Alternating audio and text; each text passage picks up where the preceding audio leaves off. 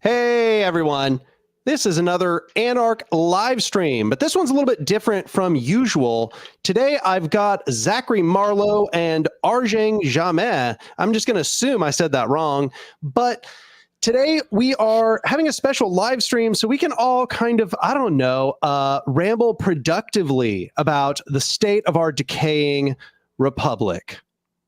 Y'all want to introduce yourselves? We'll do it live. Okay. No, we'll do it live. Fuck it. Do it live. I'll write it and we'll do it live. That's where we're at, yes. Fucking thing sucks.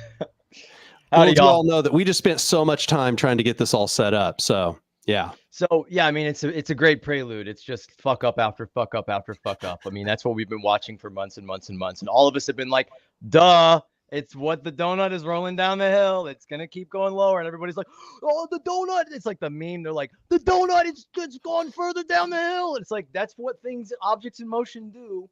They accelerate. They go downhill. And so here we are, after a historic night. I jumped in the ocean last night in the fucking Pacific at midnight after fascism was just fucking won, just sunk it, just completely diminished, destroyed, humiliated its last puny opposition that, capitalism could blusteringly and facetiously and just obviously such fucking liars oh, we're so aghast at the injustices and the economic abuses and we've got to take on the corporate, just the last measly, pathetic attempt at neoliberalism to renounce itself, to wring its hands and pretend that it is any fundamentally different. Well, to be honest, I predicted a Trump victory in 2016. Okay. My friends were like, there's no way Americans are that stupid. I was like, oh, believe me, they are. And then I was like, oh, see, I was right. But this time around, I actually thought that they would not vote for this guy. Because I'm like, after the damage he's done and the things we see he's done, they would not vote for him. I was wrong this time. I was wrong. I went on your show and it's on record. I said, yeah, you said it. I didn't believe you, man. And my friends told me, and I was like, oh, I should remember. I remember back in 2016, Americans are that dumb. They are that uneducated. And by dumb, I'm not trying to demean people. I'm just saying we live in a culture that's the cultural consciousness has been collectively captured, man. It's been usurped and hijacked by elite right-wing thinking, and the will of the system has been expressed. But I'm gonna save that for later. Yeah, I'm loving that we're already off to a start here. Everybody just floored straight, pedal to the metal. But y'all should give me some intros to your channel. Oh, I'm sorry about that. I'm sorry about that. Somebody even goes, "Who is the guest people? Do they have YouTube channels?" Yeah, you just found some random guy off the street, and I'm literally at this point, I'm just a homeless person. That's right. Yeah, you can find the rants and more solutions at Moneyless Society and at Zach Marlow on all the things, on all the fascist, surveillance bot apps. And my name is Arjang Jameh, and I've been a systems thinker and out-system activist for about 15 years. I work with an organization called the Zeitgeist Movement, which advocates for a new system that is about managing resources intelligently using the scientific method. And my channel is called World Beyond Capitalism. So check that out, guys. What a professional intro. Hang on, I got to give another one. I'm really what I am is this collection of pixels on your screen. I'm here to bust the story. It's a competition. A better story. It's not a competition. That's the story. The story is that we're all in competition with each other, fighting over scarce resources, and that there's not enough to go around, and we've got to act like absolute assholes to each other. And there's got to be a boss, and we have to fucking boss each other around, and it's just got to suck. And that's the old story. And I'm like, my whole orientation, my whole life, my whole mission is to bust that fucking story and replace it with something better. Good. Yeah, the two people I've got here are both really awesome. So it's super rare to find people who actually care about the dual power approach, for what it actually is, which is building alternative systems. Without, for example, falling into utopian thinking. And both of the people we have here are people who are actually committed to remaining grounded in their analysis. It's not to say that we don't have great dreams, right? We have these great dreams, but we stay grounded in the things that are actually possible, the things that have demonstrated themselves as actual potentials, using existing sciences, system science, complex systems analysis, and so on to understand what those actual potentials look like. So I'm actually really glad to have these two people here. And I mean, I don't assume I need to explain to anybody who's watching the stream why we're doing the stream tonight, right? Like my DMs are exploding, like everybody everywhere is commenting on the results of the election. We all know that fascism essentially just got voted into the American government. Yeah, but I would say, and I'm sure you guys agree with me, the system is fundamentally at its core fascist, but now we're dealing with overt fascism, whereas in the past, the politicians were actors in front of a screen, in front of a stage. Hey, guys, I want to do this for you. I want to do that for you. Yeah, back in the day, they were actors, and they're funded, obviously, by the constituents, which are the big mega donors, the banks, the corporations, and the military machine. But now we have Donald Trump, who is the CEO of the American empire, right there in front of your eyes saying, we're going to do it. We're going to take care of everything. We're going to, kick out all the immigrants, and the climate hoax is a hoax, and all that nonsense. Oh, Elon Musk is so great. He's so smart. He got the best rockets, So it's like, but the thing is, the danger is that this guy is a performer, and that is really playing to he's performing to the emotions of the American people. And that is why he's captivated them, which shows, sadly and pathetically, the United States political system has always been about a character expression. It's always been what's vibes. It called? It's all vibes. Yeah, it's a personality show, and that is why back in the day, the first time we had a televised live stream, right before we had television in America, when we had radio, the most intelligent sounding politician won the debate. But when we had JFK, the first televised debate between him and whoever was his opposition, Nixon. Yeah, Nixon. He was better looking, better well-dressed, handsome guy, speaking more, cool and all that. That is why he won, even though Nixon was more intelligent sounding. So that shows right there, we're at this final stage where the performance artist who is a fascist, who does not care about you, even though he says outright fascist things like I'll be dictator on day one and all the nonsense, people still vote for him. That's because we've reached the height of the spectacle. Like everything is so clearly on fire. Everybody knows everything is such a circus that they're like, well, if it's such a circus, why wouldn't we make the clown dictator? Right. Like it's just he comes to them. He gives them some reassurance that he actually has a path forward, that he has a conception in mind about how he's going to lead the nation forward. And they don't really care if he's going to be some despotic, dictatorial, tyrannical leader. If anything, they're just looking for some guidance in a world that is so confusing and everything is like, feels like it's constantly degrading and falling apart in front of them. And I think so many people look to Trump as this sort of clown prince who represents the spectacle of modern America. Well, he doesn't have a plan either. He doesn't really stand for anything, or he doesn't articulate clearly a vision of the world, a worldview, certainly not one that's actually in competition with the existing establishment. People think he's an anti-establishment politician because he just didn't come from the government, but he went to the same Ivy League schools. He fucking, goes to the same pedophile islands. They're all connected. They're all part of the same club. But, he's like, I have concepts of a plan. Like he really has nothing that he stands for on the surface. And you have to really dig underneath all the bluff and the bluster, just like with Elon Musk, just like with all the billionaire grifter hype men of our time who are just big storytellers. They're big time bullshitters. They are like a parade of used car dealers that are basically trying to get us to they're lowballing us on planet Earth. And we're buying. We've accepted that because, it's not about what they stand for, because basically the idealistic mess that we've been in for so long of neoliberalism, where there's no structural policy. It's all vibes based. And all of the liberal versus conservative divide is just the vibes. We don't question capitalism as a system, as a way of making decisions, as a distribution of power. Hello? At all. That is not on the table. That is not open for discussion. The Democrats and the Republicans are identical in that. And so people have gotten used to bullshit basically predominating, and politicians are just full of shit, and everyone is full of shit basically. And so basically the people are used to things not really changing. And so we're just stuck in this soup of ideas because politics is not about changing the economic conditions, the material conditions, the structural conditions, your fucking healthcare, your dental, the infrastructure of your society. All of that is worked out basically by big business and bureaucrats. And we're just sort of flailing around. And so when somebody like Trump comes and he has nothing substantial to offer, not a vision of the world, not even ethics or values beyond just Trump, the fact that he's very confident in expressing that is like late stage peak hierarchy, where we're just so used to being bossed around, and by like looking for a bulldog, just like an alpha aggro prick to lead the pack, because we just have this upside down understanding of human behavior and human beings. And we've just been so whipped for so long that basically Trump is just the alpha bully.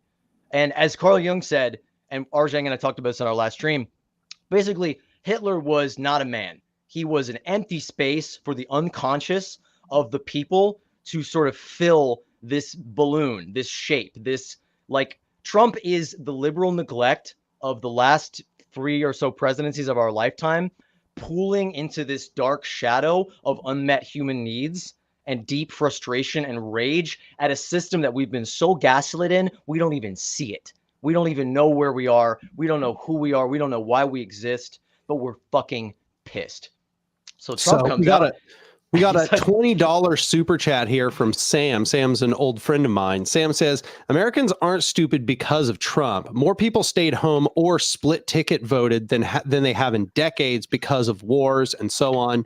Nothing is surprising about the continued march of fascism. It's been happening for decades.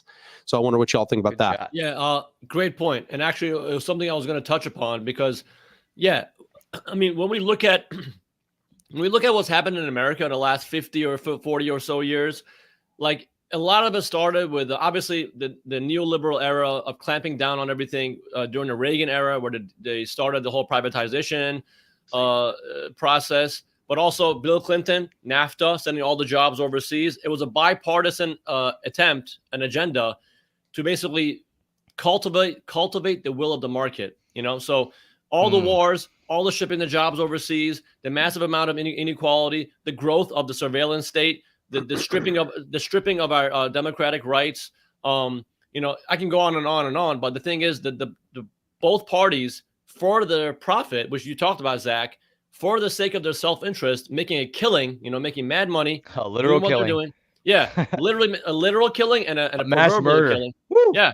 So what they've done is they've done what they wanted to all along, to empower capital, to bring more wealth to the corporations, and they disempowered and disenfranchised the working class, the average American citizen, to the point where people have become so desperate, they're like willing to vote for anybody who they view as anti-established, even though nobody is more swinging dick. Yeah, even though nobody is more establishment than Trump. But hey, this guy who's a loudmouth, talking crap, cursing in front of television, that's the guy we're going to go for, because we're so sick and tired of these performance artists with their neat clothes and their polite language while they stab us in the back after they're done talking. That is why he made an excellent point. It's been going on for a long time. So we can't blame the Democrats, even though they are a lot to blame for what happened in this election. But it's the Democrats' fault. It's the Republicans' fault. It's the system's fault. It is neoliberalism at play. It is the end stage of neoliberalism cancer. And we're witnessing it and living it right now. I mean, what's really going on is we have a hierarchical power structure. It's highly, highly developed, right? It's had all this time to undergo completely unrestrained imperialism, completely unrestrained extraction, both of everything outside of itself and everything inside of itself. And it's hard to say whether it's reaching its limits. It's easy to say something like that, but it is getting to the point now where it is beginning to degrade, right? You can even see it in things like our infrastructure. Our infrastructure is just falling apart. It's not even doing the basic maintenance tasks it needs to continue being this sort of leading structure. It's so completely obsessed with the process of extraction at this point, with the process of domination, that it's becoming kind of an empty suit. And when these hierarchical structures reach this point in their development, they start to get desperate. They start to utilize methods of domination, widespread deception. They undermine and hollow out any sort of institution that acts as a mechanism for accountability, such that there really is no accountability anymore. It gets to run wild, and it runs wild externally and internally, right? Like, we can see the external effect, as you were both alluding to, with it making a killing, quote unquote, but we see what it's doing to empower imperialism in the Middle East. But we also see what it's doing internally. Like, all of us recognize how bad inflation has got, how bad the state of the American economy is for most people. People are miserable. They feel completely hopeless, completely aimless. Powerless. They feel powerless, and they are. That's the fact of how hierarchy works. Hierarchical power structures are predicated upon the deprivation of the masses from the ability to control their own lives. And then, of course, as the power structure becomes less and less accountable, as there are less and less checks on its ability to freely exploit its own populace, the populace just desires some form of empowerment. It desires some form of feeling as if it is represented. And when the strong man comes forward and the strong man says, I'm going to be that, I'm going to get rid of all this decadence and degradation that came about through the expansion of the system, instead of recognizing that this is the natural, nigh inevitable outcome of a hierarchical power structure that is unrestrained, instead game of fuck or be fucked. Hey, maybe it's always this going to end up like this. can be my empowerment. Maybe the clown prince is my way out of this situation, right? Maybe this guy who just he has everything I've been brainwashed to believe that this system is supposed to be. He is the peak embodiment of hierarchical power and its extreme forms of exploitation and domination. You come to believe that guy is going to be the one that empowers them, rather than him being almost like an avatar of the decadence and degradation of hierarchical power. Yeah, I want to make a point there that you make a beautiful point about, like, people in a hierarchical power system, a giant pyramid scheme that's like fuck or be fucked to the end. It's like you're accumulating other people. Like, if you're at the top of the pyramid, you stand atop that many kneeling slaves. Like, there's a website called Slavery Calculator, and you just type in like your income and like what kind of shit you buy, and it tells you how many slaves it takes to like produce your lifestyle, like how many people that are actual enslaved humans are in the world basically working for you. And I'm basically homeless, and it was like 12 people. And so, like, someone like Trump, who's ascended to the top of the pyramid, has accumulated the embodied will and power of millions of people, and now at this point, billions of people. And it's like, it's also the other side of this is that money works in the same way, and our debt-based monetary system is like you are accumulating other fucking people's debts or money that's just been created straight out of, banks and governments. And so why would it be a surprise that our physical infrastructure, the structure of our society, and our own moral foundation and our bodies are breaking down?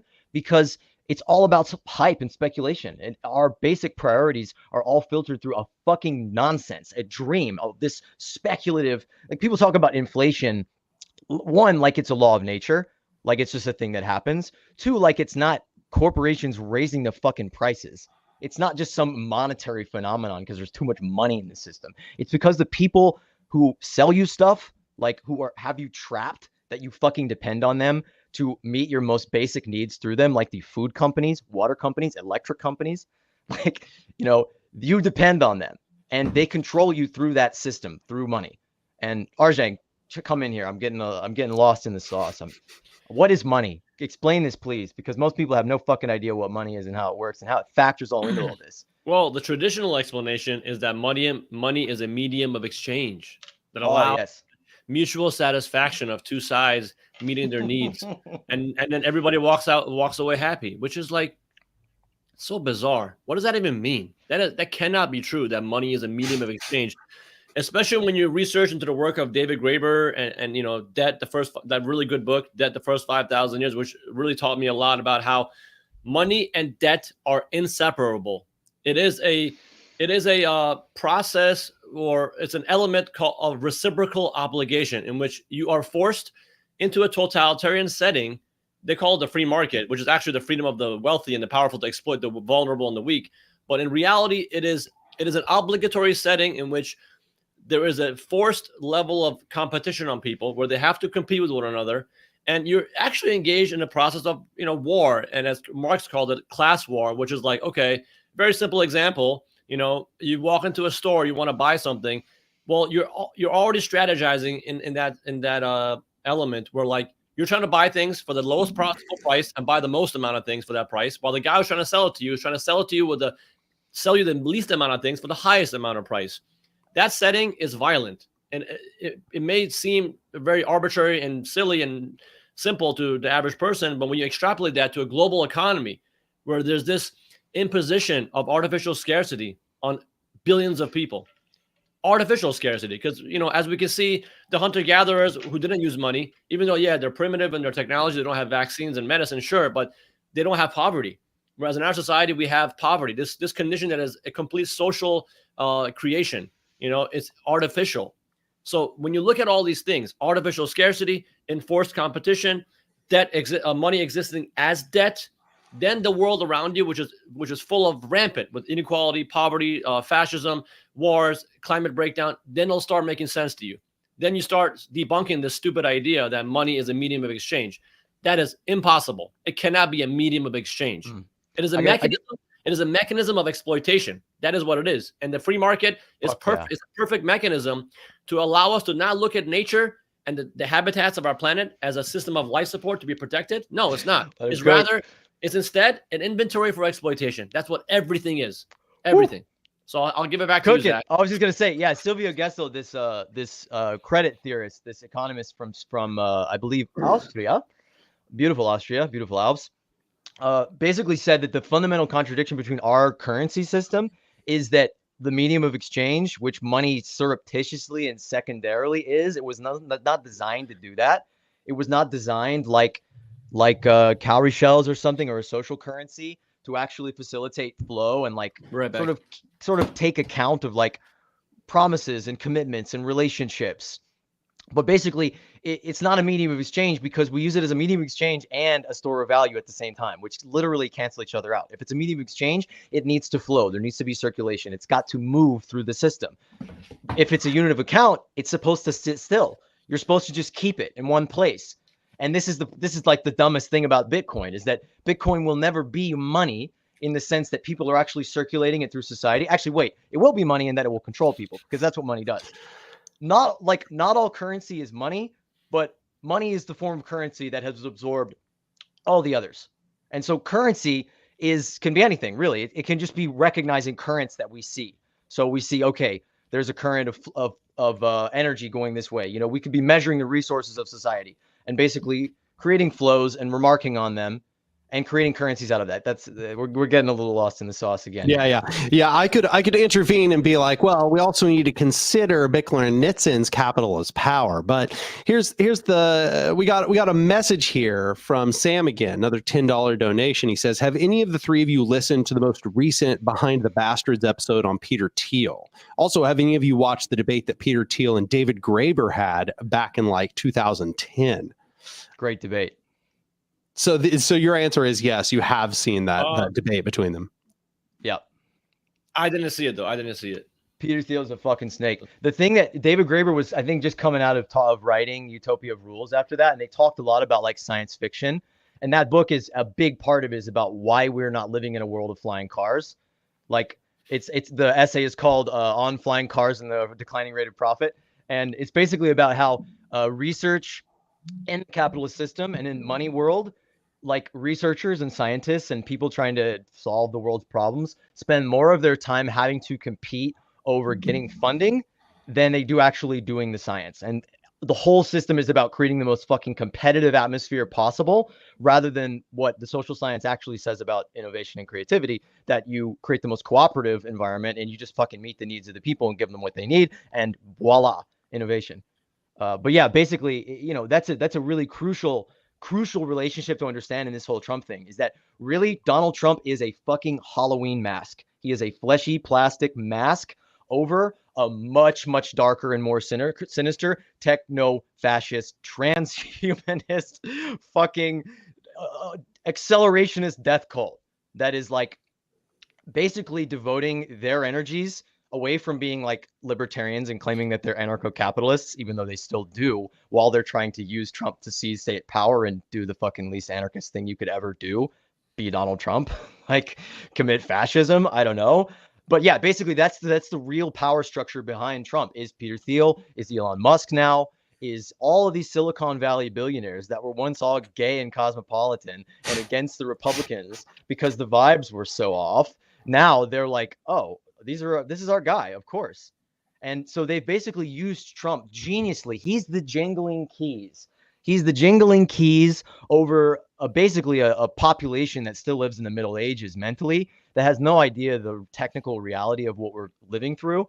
And that's basically, they're using Donald Trump to get in there and it basically inflict the most disgusting ideology you could ever imagine, that literally sees like the human body as a mistake and like nature itself is something we're warring against, and we've got to conquer nature and fucking go to the stars, and like literally they want to leave fucking Earth in robot bodies that live forever. Like they're disgusting. They're fucking weird as shit. Like that's the fucking, there's just not another word for it. They're weird people. And now they have incredible power.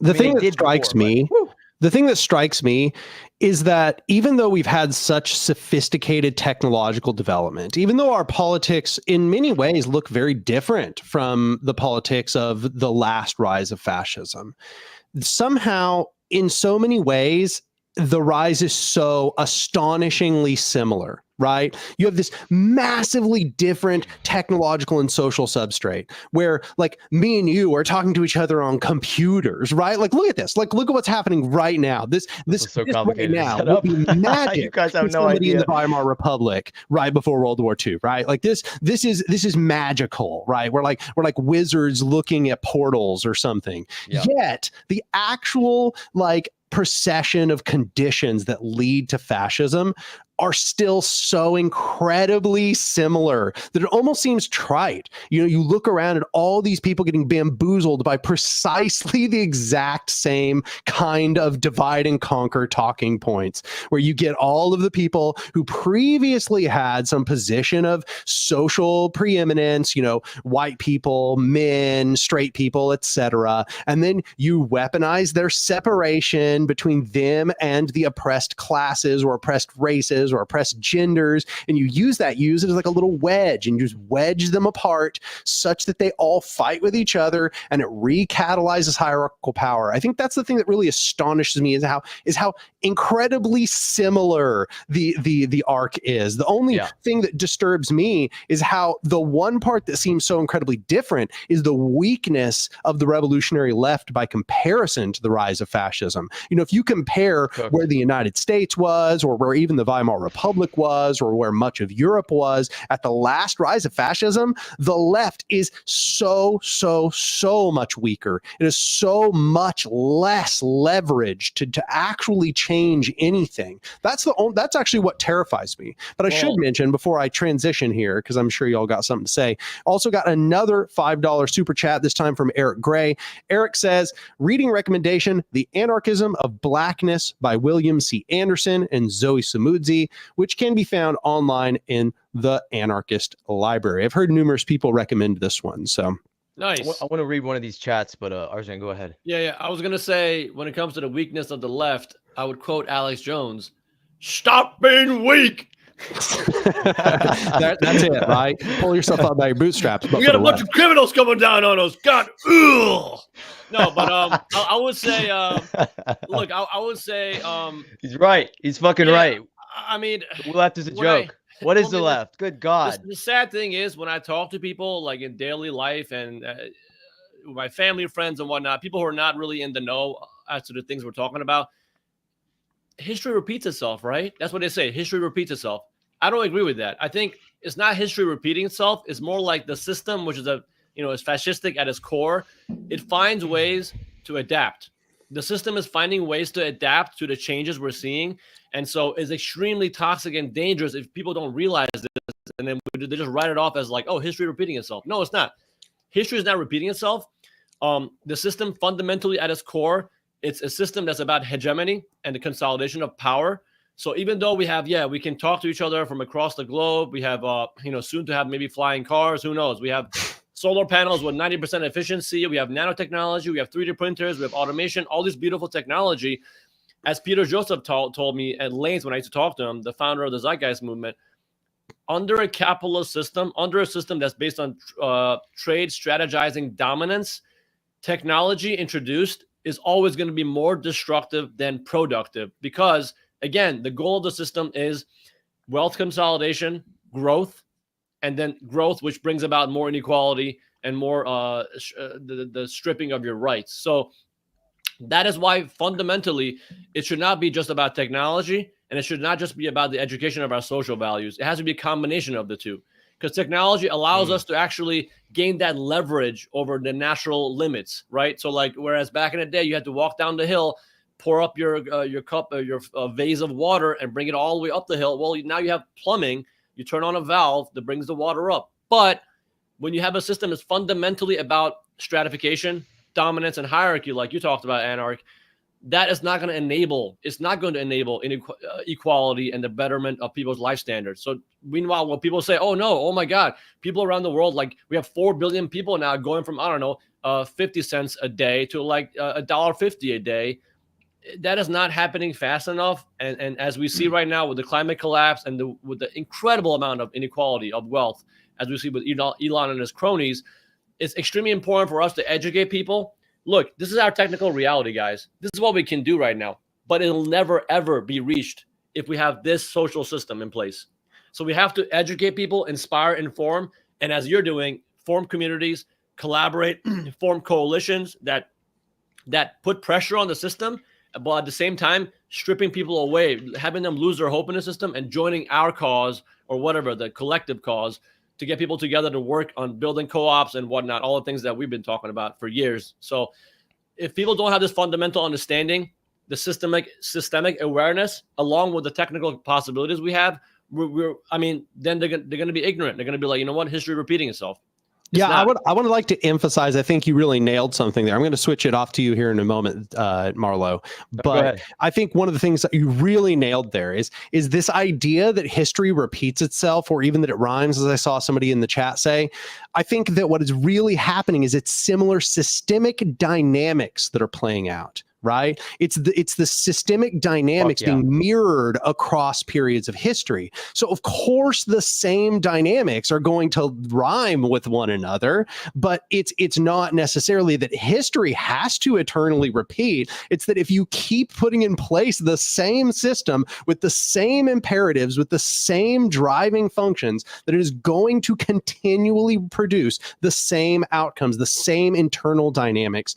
So which you said you wanted to address a comment there, Marlow. Which one was it? I was going to say real quick. I was going to say the left is one directional. It's literally just going in one direction, and it's actually going backwards if you're not reading manga. So like we have a basically like a unifactorial way of understanding like opposition to this system that is only going back into the past. Like I was hanging out with a bunch of anarchists and communists and socialists and social democrats and liberal stock traders. It was a good, rowdy bunch, a good mix of people. But I had a couple of conversations with the fucking ghosts of communist past, I talked with multiple people that were just like, oh yeah, the People's Republic of China, the CCP, that's the answer to this. Oh yeah, we the people need to wage protracted war. They're using all this jargon from another century. To describe like what we the people must do, and it's just such a antiquated, useless thing. Like, what is the left? To the right, who dictates what the fucking political conversation is, period, because they just do. I don't know why, they just do.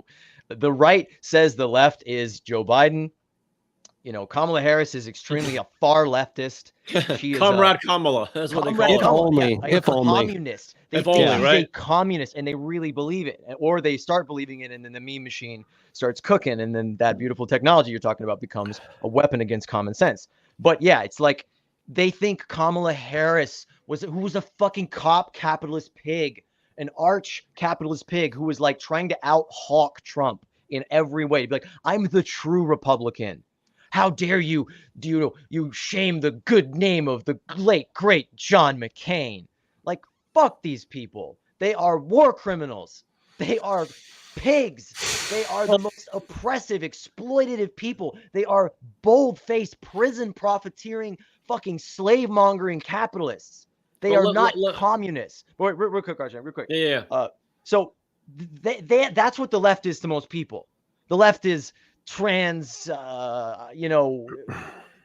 people are trying to turn your kids trans, or DEI is trying to make you feel like shit for being a white person, or whatever. That's what they think the left is. They think it's identity politics. It doesn't touch like an economic system. That's not on the table. There is no articulated discussion around capitalism, the structure that we live in. No one is talking about that. Even someone like Bernie Sanders is not questioning that. He's just saying, well, I think actually we should treat our farm equipment better than intentionally dinging them into passing mailboxes. He's just like, don't treat people like shit. They're your equipment. They're going to fucking produce us growth. They're going to juice us our numbers up. Like, come on, just be smart. Like in Sweden or whatever, where they're playing a game. I'm wrapping this up because they're playing a game where they're harnessing the power of markets and people through state power to fucking create commodities, to make money, to extract out of the real world and turn it into nonsense speculative value, which is really where value is in this whole crazy system. It's all about fucking speculation and hype. So of course we have a parade balloon for a president. But yeah, we were talking about the left too. And then this other dude was talking about China, and basically he was like, oh, well, China is actually like the peasants are on the council, and he described the whole structure of the CCP. And it's like, okay, even if China is like more like state and collectively organized, its purpose is still to do the same fucking thing, which is to extract abstract value and money out of society by producing bullshit to be bought for no fucking reason other than to buy it and take that money and reinvest it into something else. They're just doing capitalism. And the socialist, the fucking communist, said that's what socialism is. I was like, okay, none of these words mean a fucking thing, and we just really need to move beyond the words. The words are holding us up, and the ideas are holding us up, or just identifying as a thing, like self-identifying as that's the essence of leftism or whatever ism, is that you just say that's what you are, and it has no connection to like what we're building and constructing and how we're creating our own social container to reinforce good values. Sorry, Arjang, go ahead. No, yeah. Lord have mercy. Yeah, your rant was being so epic that the stream cut off for a second because it couldn't handle the truth. But what I was gonna say is I had to write some notes down. But basically, Firing with beauty. Well, yeah, I mean, it is very cringy when people say that China is a leftist kind of system. If you want to know if China's left, just as Trump says, ask China. Ask China. China. Like, but like, it's funny. Like, I often say this as a rebuttal to people who say that, like, China or the Soviet Union, or especially China right now, is a communist system. I asked them the question: does China use money? Yes. Does China have a strict hierarchy of rich people and billionaires? Yes. Does China use trade? Yes. So fundamentally, based on those three premises, it is nothing but state-driven capitalism. So no, the entire world is capitalist. It's been captured a long time ago. We don't have communism. We don't have socialism in the world. We have elements of it here and there, like the Scandinavian nations. But I have concepts of a socialism. You have a concept of a plan. But like the point is that that's the truth. And like the really sad reality is, guys, I think with this election, you're talking about left and all that, like the knee-jerk reaction people have to calling Joe Biden leftist. It's like, no, man. The Democrats have been so soundly defeated that I really think, this is my prediction, I really think that they're going to start discussing with themselves, hey, if we want to win the next elections, we got to copy Trump's strategy. We got to do what they're doing. So as the Republicans are like now, Trump is surrounding himself with a bunch of loyalists that only listen to what he has to say because they know that they'll learn their lesson. Anybody who goes against them, they'll lose their career, to get shut out. Because they're going to have a bunch of loyalists, no one's going to question Trump. It's going to go more and more right. The Republican Party is going to go more fascistic, more right. The Democrats, in their desperate attempt to kind of gain back the momentum, they're going to be like, you know what? We should also go a little bit right. Oh, we should go a lot more right. Yeah, who knows? Maybe let's go all right all the way. Yeah, that's why they lost. That's like, absolutely exactly what's going to happen. I mean, they're already pivoting right. Like if you look, there are like pundits, like liberal pundits and stuff, and you look at what MSNBC is saying, and they're honestly, I mean, it's mind blowing. But what they're concluding is that appealing to minorities, appealing to women, appealing to, you know, the people who are generally more oppressed, that was their failure. They needed to pivot harder right. That's their always their solution. It's been their solution since the Clinton era. But I should also note, I want to get to some of the people who've donated, obviously. I wanted to read a comment. One of the people here, $20, Sam again. Sam, you just like hooked me up this time. I'll take it, bro. I mean, you're like my angles this time. Are we splitting these super chats? Yeah, bro's giving me like $60 this time. I'll take it. Is that the commons? That's all you? Thank you. Anark. Be careful, Anark. You're going to become corrupted by all this money you're making. Be careful. Sam, you're going to get too much control over this. That flow, homie. Okay, Sam says, spent last night with activist friends. Folks got radicalized in about 2015, committed to building things out of this that are non-electoral, council-based, materialist-oriented. We're about to see an influx like 2015. How do we handle it? I would like to say I absolutely agree that we're about to see a huge influx. In fact, I got to say, I woke up today. Okay, I like woke up, just, how you wake up in the morning, you kind of look at your phone and stuff. Did you say woke? On every platform were flooded. My text messages were flooded. Look who's come crawling back. For real, literally just standing there kind of drowsily, like sweeping notifications off of my phone. Oh, damn. Marlow just went black. But like so many people, here's the thing, like when it happened last night, my impression was people were going to be sad, which lots of people are. People were going to be discouraged, which some people are. But I didn't expect a bunch of people were going to be like, I'm motivated. What do I do? Tell me more about how to do revolution, right? Like, no, but that is exactly what's happening. Like almost everybody who's reaching out to me is like, I want to do something. I need to do something. Tell me how to get plugged in. Tell me what to do. Like, where do I read? How do I, and should be said, Cooperation Tulsa, we got a bunch of new membership applications at the same time.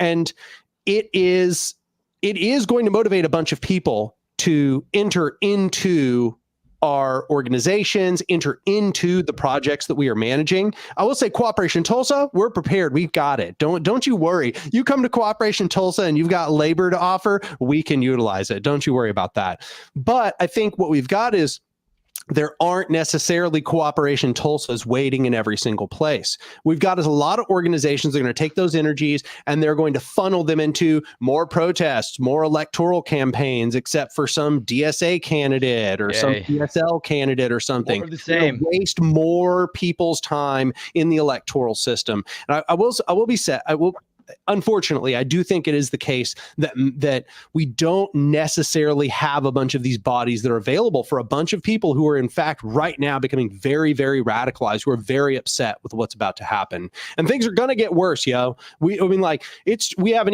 not even January 6th yet, right? Trump hasn't even taken office. We got time. And when he takes office, things are about to get way worse, way faster. And you're going to see all these organizations get bigger and bigger exponentially. So I just want to say, for any of you that are listening right now, okay, because I know I got a lot of people that are organizers in my audience. I got a lot of people that if they aren't already organizing, they're already interested in organizing. And I just want to say right now, speaking to all of you in the audience, you need to prepare. Things are about to get a lot worse. You're going to have a lot more people wanting to join your organizations. You're going to have a lot more people wanting to get involved. You need to have some mechanism by which you are going to offer sort of education about the foundations of how to organize, the foundations of what a revolution actually looks like. You need to teach people what it looks like to cooperate together, what solidarity looks like.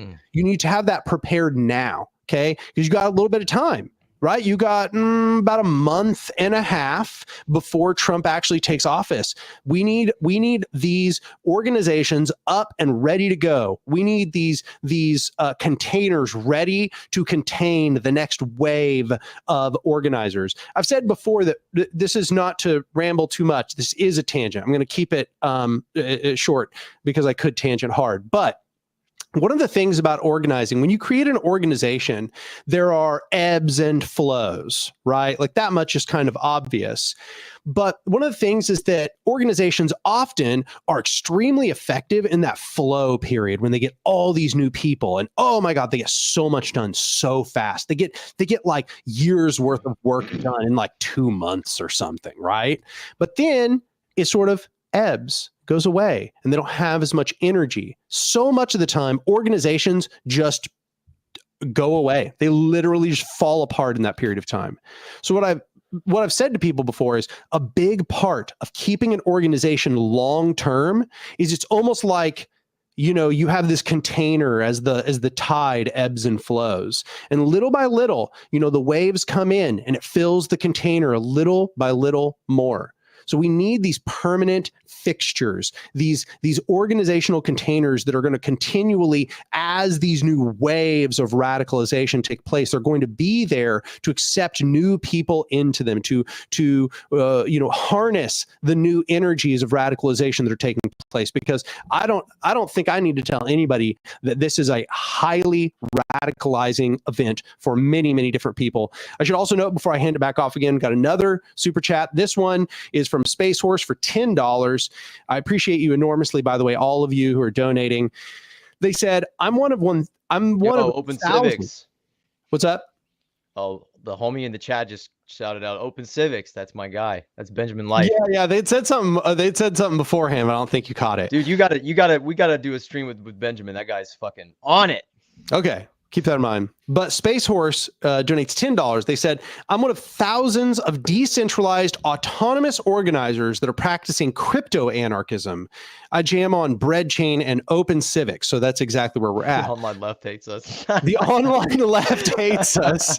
Any advice for building towards cooperation? Well, I think a big part of it, I mean, I don't know. This probably is not a very satisfying answer, but when you come into left spaces and you're saying that you're doing any kind of, cryptocurrency or anything that even utilizes the blockchain, you need to be prepared for skepticism. Don't come in expecting that people are going to be like super open-minded to that. People have heard so much about that it has so many negative connotations that you need to presume they have negative connotations when you enter the room.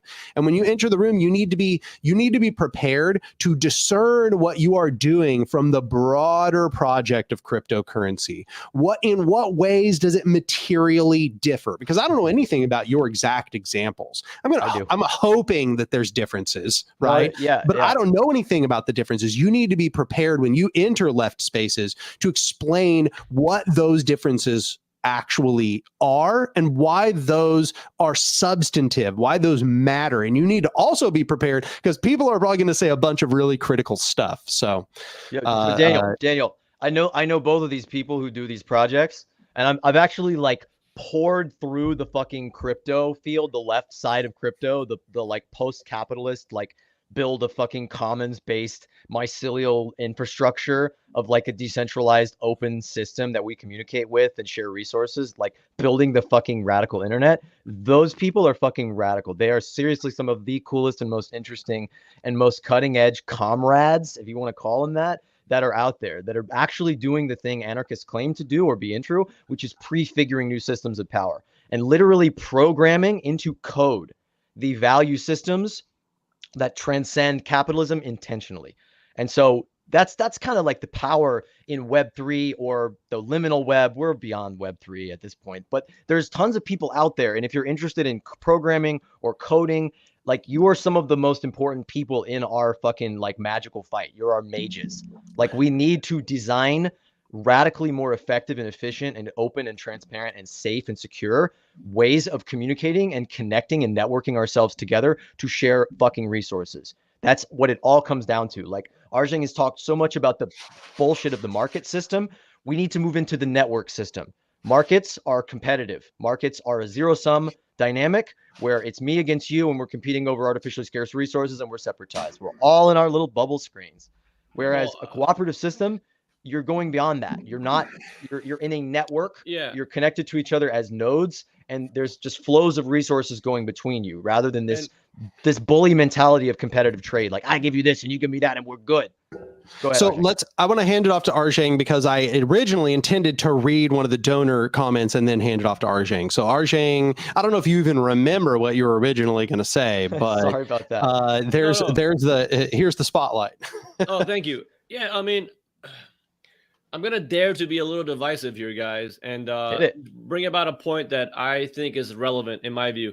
So, unlike you guys, my original education into activism and becoming radicalized, I didn't read a single book on communism, didn't read any books on socialism or anarchism. I was just like a kid with no political, completely apolitical, but I just cared about the world growing up, growing up on the other side of the world in Iran and seeing all the crazy nastiness going on over there with the dictatorial regime, and then coming here and then witnessing, just a lot of different things in my life. And I just came to a point, long story short, I was introduced to systems thinking and out-system thinking with the Venus Project, the Zeitgeist Movement, an individual called Jacques Fresco, who's an industrial designer, systems thinker, inventor, social engineer. And, so my point is, like, when it comes to communicating to people in the external and trying to bring them on board with what we're trying to do here, and in an attempt to, like, impress upon them the efficiency of what we're trying to achieve here and why it's so important to think along our lines, do you guys agree that, like, ultimately, I agree with you totally with all these labels and these terms, but would it be fuck the labels? Move beyond them. Yeah, sorry, not the labels. I'm saying, like, what I'm saying, like, when it comes to communication, because communication is a technical process, right? Thought itself is a technical process, and so would it be good to, like, at certain points to be like, you look, guys, this whole idea of right and left, forget about it. How about what doesn't work and what actually works? So when you look at the economy, the definition of economy, which is the Greek definition, increase efficiency, reduce waste. Oikos nomos. Exactly. So reduce waste, increase efficiency. So, okay, we want to have a society that actually works. People can't even think along true economic lines these days. It's about economic growth and GDP. No, an economy is meant to help people improve public health and maintain environmental sustainability, maintaining dynamic equilibrium with our planet while making sure people are well fed and taken care of. Now, that is in and of itself a technical process. It's a technical thing. You get down, you create a formula, and you devise a plan on how to distribute resources in an intelligent manner, make sure we preserve, and using the technology we have to create the infrastructure and the efficiency enabling mechanisms. And one thing I love to talk about often with people is, like, forget about left, forget about right, up and down, out and in. You look at a country and imagine the economic principle of localization. I love talking about this concept because localization, meaning you try to localize resource creation and distribution, manufacturing, production as much as possible. Now, not in some utopia where everything's going to be localized. No, but like food production, instead of shipping avocados from Mexico to California, where you have sun in California, you have plenty of good weather. You try to localize that food production using, permaculture, vertical farms, urban farming techniques, which we have many people are way better than what I know. You localize food production, you localize material production, maybe use 3D printers, and you give people the true ability to participate in a democratic system, which enables them, like maybe using an iPhone. You get on your iPhone, you order what you need without money, without trade. You order what you need on the phone, on your devices, and a nearby distribution center or tools library center produces what you need for you. You go there, pick it up, you share it with your friends. When you're done using it, you return it to the system, or you let it be taken apart using nanotechnology. Like, so we can do so many incredible things with our technology right now. And localization, removal of wasteful labor, open source instead of private enterprise, which if we can just show people, like, look, man, I don't try to convince you to be a communist or socialist. Here's the deal. Here, as Joe Biden says, here's the deal. Fuck yeah. You say, listen, dude. Where was I going with that? It's very important. Like, you tell somebody, listen, bro, instead of having wasteful labor, like, instead of having a system that exploits your labor, waste your life away, use automation, use technology to benefit your life. And, you show them studies. It's very important to show people studies after study after study how competition is divisive. It's actually not leads to innovation, and how the free market system of, the charismatic analogy of, like, oh yeah, money putting in this industry or that industry that enables better innovation. No, like, there's so many books like Drive by Daniel Pink, The Spirit Level by Richard Wilkinson, so many different books and studies that show that actually in a non-hierarchical setting, horizontal power structure where people actually are able to contribute using cooperative systems, it just works better. Going back to what I said, forget about up, left, right, and all that. What works and what doesn't, And like, so, I was part of the RCA, the Revolutionary Communists of America, which Anark, I'll be posting that video eventually, where we bash these. Wait, you went to RevCom? Oh my God. They're the worst of the worst. I was part of the RCA, and they kicked me out without any, like, they didn't tell me what they're doing. But wait, do they call themselves RevCom? No, they call them RCA, the Revolutionary Communists of America. Oh, believe it or not, that's different. Believe it or not, that's a different group. There's the Revolutionary Communists of America. Then there's RevCom, and I don't actually think that's the same people. I was in LA, and it was just like we were out in like City Hall, just watching this big ass projector, and everything just started going to shit. And I was just going through all the different protest groups and the anarchist group and the climate activists. It was like the fucking warriors, man. And I was just going from faction to faction. And at one point with every faction I was with, somebody went, man, fuck RevCom. Oh, I fucking hate those guys. Everyone was like, fuck those guys. They're like, I actually want to live in a better world. Yeah, so, yeah, but just to finish, the left-right thing is it's annoying as fuck. Go ahead, Arjang. No, you just got to hear Arjang talk like this in the fucking Russian Turkish baths in New York City, like get into a fight with some fucking guys. I mean, actually, like, I'm not gonna rant too much, but I just want to say, like, me and my friends, sometimes, like, I go to this thing that they call the bathhouse, like extremely cold water, and then sitting in a sauna. And my friends just like join me because they're like, we know Arjang is gonna get into it with some like Wall Street douchebag in there, some finance expert, and then I just demolish them. I just level them, with kindness. But anyway. With kindness. Yeah. With kindness. He says with kindness. You guys don't know this. All right. Arjang is a fucking MMA fighter who I have seen whoop literally like 6 dudes in a row in a ring, just one after another, just fucking whoop them, every one of them. It's crazy. Yeah, no, but like the thing is, not to get carried away, I just want to make one quick point. Sorry. One quick point is like when you tell people about like the principle of like localization, why do we localize? Well, environmentally it's friendly, but also since we hate this thing called Trump phenomenon with the inequality, guess what? Localization brings about true equality because globalization is a mechanism that is all about inequality. It fosters inequality. Otherwise, why would we globalize? Why do we have slave labor in Thailand or Indonesia bring us our clothing here instead of having people work here? Because they don't want to pay people a living wage. So when you explain these things to people and make them understand using studies, using anthropological data, sociological data, you make them come to the conclusion that, okay, capitalism sucks. And then here's the solution. The solution is to simply use logic, the process of logic, and obviously using AI. The things we have at our disposal is incredible. John Etzler in his book called The Paradise Within the Reach of All Men, he wrote about it, like how in the 1700s, using steam engines, we could have like had people not work these shitty jobs and be able to bring about an abundance. I mean, today's technology, we can do so much more. So anyway, that was basically my point, and how, yeah. But yeah. So hey, let's recenter the discussion, right? Yeah. Can I bring this in? Because somebody said a comment a while ago. Yeah. Well, what's the comment? I can bring it up on screen. Which one is it? I don't know. I can't find it again. But it was like someone said, "I'm non-binary and I'm fucking scared. I'm scared for my life, and I want to know like what are answers outside the system."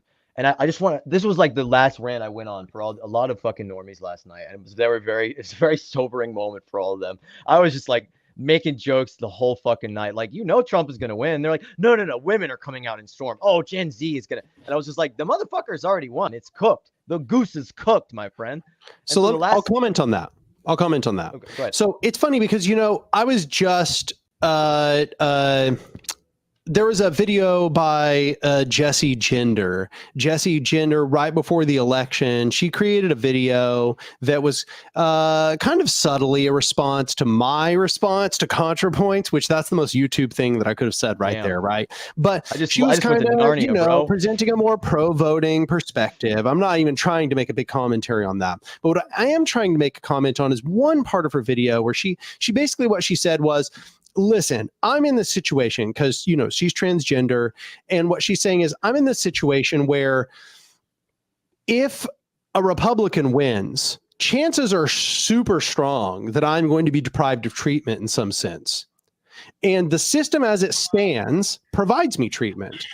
And you say that we should build dual power. You said that, we should prefigure the alternative system. But where I am right now, that doesn't exist, right? That's not there. It's not in place. It may be in place for 1 or 2 or a dozen people to perhaps get their treatment, but there is not a system in place, an alternative system in place that provides that at scale to thousands, tens of thousands, hundreds of thousands of people that need gender affirming treatment. Right.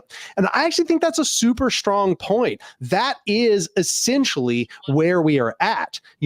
We're telling everybody, hey, we want to provide these alternative services, but we need to actually do the work of creating the alternative services. Right. It has to exit the realm of ideals and ideas and concepts and has to enter the realm of real implementation. I think that's where we're really at if we want to create something which can actually bring many people of all kinds of oppressions, not just trans people, but all kinds of oppressions to the fore, to a dual power strategy, to the prefigurative method. Yeah, I mean, I think we can use this guy to manufacture fur because it's so fluffy. Actually, what I was gonna say is, Peter Joseph. I'm very excited about what's gonna be proposed pretty soon. Because the founder of the Zeitgeist movement, a guy who I really look up to very much, he pretty much set me on my path. I watched a documentary many years ago. He mentioned to me recently he's going to shut down all the Zeitgeist movement's pages and all that stuff and refigure them to make them integral. So he's coming out with a hybrid economy concept in which people can still live in a capitalist system. They don't have to join a commune or some kind of a community that's isolating them from their current lifestyle, but creating some kind of hybrid economy where either using our labor, using our technology or our energy or our money, we invest into it in some way, but it's some kind of a collective process, which I don't know the exact details of. He hasn't disclosed it to me. But if we form some kind of a system which globally can enable people to input into it, their decision, their ideas, their contributions, whether it's money or labor, and then be able to siphon away from the capitalist system, starve the beast, so to speak. Finding ways to do that would be very important. And that is where the innovative capacity of us needs to come in. People need to start innovating and using their creativity to find ways in which, without disrupting people's lifestyles too much, enabling them to contribute to some kind of a parallel economy that exists alongside the capital system. Because we can't just go from 0 to 100 right away. We have to find some way to go from capitalism to capitalism's here, the end goal's here, where, there's got to be some way to enable us to go to the other side. And that is the main challenge right now that we face right now. All the educational stuff is great. I do my job educating people, presenting solutions and presenting data and evidence. That's all good. But we have to have something to show them, hey, guys, no matter where you are in the world, here's a way where you can input whatever money you have, labor you have, time or creativity to enable us to get there. And that is going to be ultimately the key. That's going to be the key to have us show some receipts to people. Hey, this is what we're doing, guys. We're not just all talk here. This is what we're doing. And I'm very excited to see how that turns out eventually. And when it does turn out, when it's finally shown to me, I will share with everybody that I know. But that's where we're at. Maybe Zach, you might have an idea of what he might be onto. Yeah. Well, I don't know what Peter Joseph's onto, but that's been the space I've been exploring the last few years. Is that's transitional space, and that's kind of what we were talking about with the Web3 stuff and with projects like Open Civics and Breadchain, and people in the platform cooperative space, people working to build new networks and build new structures and reconnect with old currencies like grassroots economics. Little groups nobody fucking knows about because they're out there living in Kenya with indigenous people, reconstituting pre-monetary coordination systems and then bringing them onto a dummy simple blockchain that's just a contract where basically, a little backpedal basically. Okay, so these people in Kenya, they have a system called Mweria, which is basically everybody comes together in an assembly and they say what they need. And they say what they have to contribute, basically. They're like, I need help on my roof. And they're like, all right, got you. And they're like, I need help pulling my crops out. All right, bet. They're like, I need help, with a fucking haircut, whatever. Everybody goes in and pools their commitment. And where'd everybody go? I'm trying this out. We're gonna switch. We're gonna switch based on who's talking. You go. So everybody pools their commitments together, and that forms a social contract. And basically, the way we talk about money, they're like, I'll be good. I've got the money. Fuck everybody else. They're like, we're good, actually. We have Mueria. We have the sum total of all of our social, like our social contract of all the people committing to it and committing and pooling their labor, pooling their resources. So yeah, there's so many fundamental principles of this. I like to think about it like economic permaculture, where you're creating these parallel ecosystems that are mutually invested into each other, where we're creating networks where we're volunteering or we're reciprocating each other with community currencies or our own social contracts that allow us to exist outside the monetary economy, outside of the dependence on capital, basically, and financial capital and national currency, or some stupid Ponzi scheme version of Bitcoin or whatever, some cryptocurrency that's still just a market gaming mechanic that's falsely designed for the wrong purpose, blah, blah, blah. We're not going to get into that. But yeah, basically, there's a video on our channel, our Moneyless Society, called The Transition. And it's like an hour-long deep dive on basically like feeling our way through how such a system could work and how we can actually, in our own lives, in our own communities, exit out of individualism, me being stuck in this window, not being able to see the other homies. There we go. That's much better.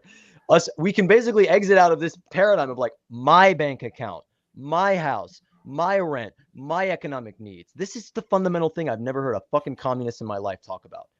Actually coming out of individually managing our economic lives into coming together with other people in our fucking communities, our friends, our family, people we know, and people in distributed networks that got our back because we're in it together.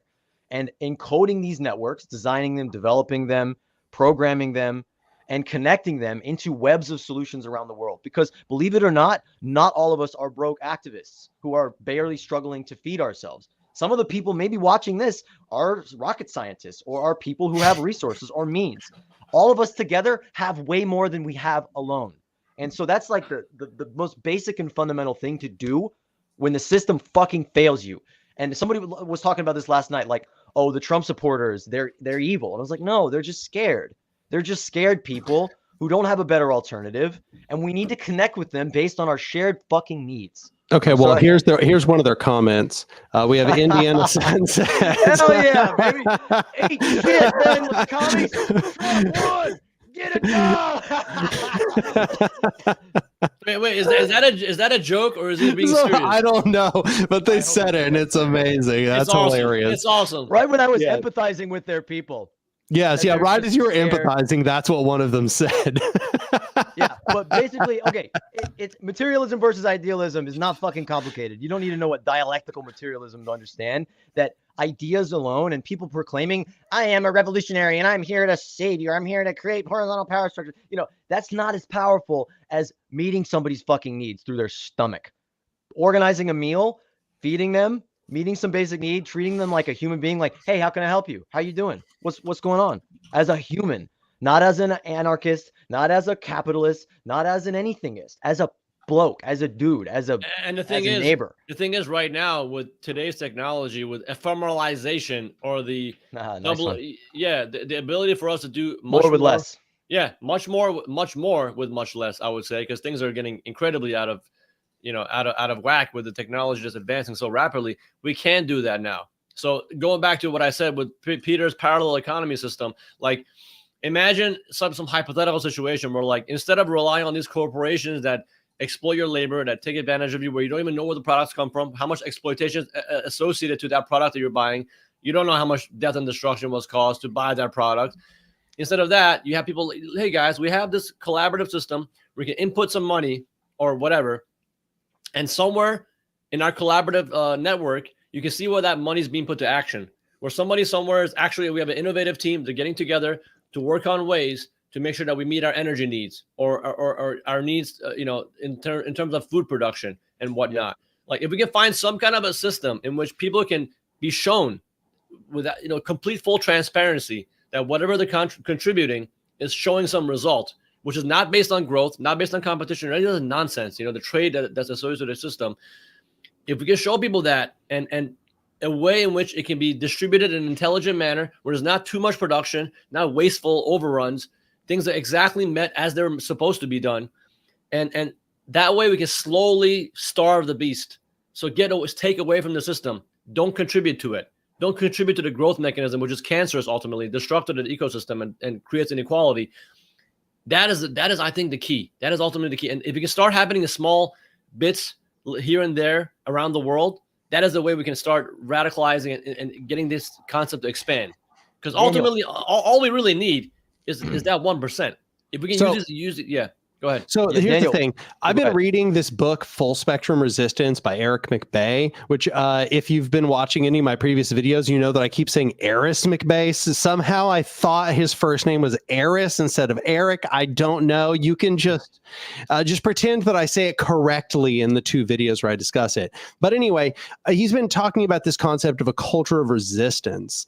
And one of the things that he says that cultures of resistance, these cultures that actually successfully fight back against incursion by imperialism and hierarchical systems colonizing their areas and so on, they have this list of qualities. And some of the qualities he mentions, and I think these are really important, are parallel institutions and subsistence and community sufficiency.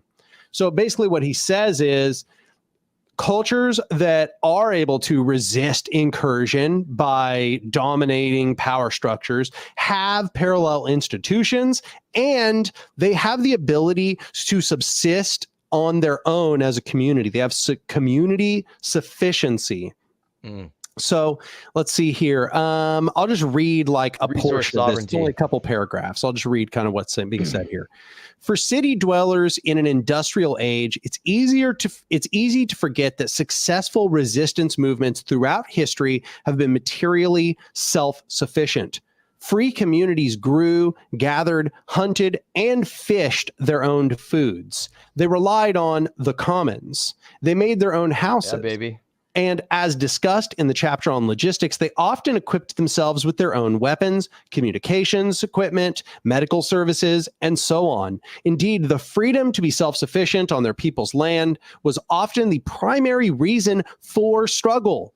Occupiers always tried to separate resistance movements from the land and herd the people into controlled settlements, whether Indian reservations in the occupied Americas, the Jewish ghettos in the occupied Europe, or the strategic hamlets, quote unquote, in Vietnam. Community sufficiency is especially important in a time of economic and industrial decline. No resistance movement will be able to succeed in the coming decades without rebuilding or strengthening both its ties to the land and its capacity for self-reliance. Yep. It's all about the commons. I mean, it's all about, basically, that's the beginning of capitalism, is the enclosure of the commons. And we don't have commons. We don't have common pool resources. This is how people manage resources: water supplies, food supplies, the social system, the environment that we share are managed as a commons. It's not owned. It's not owned by the state. It's not owned by the business guys. It's not owned by landlords.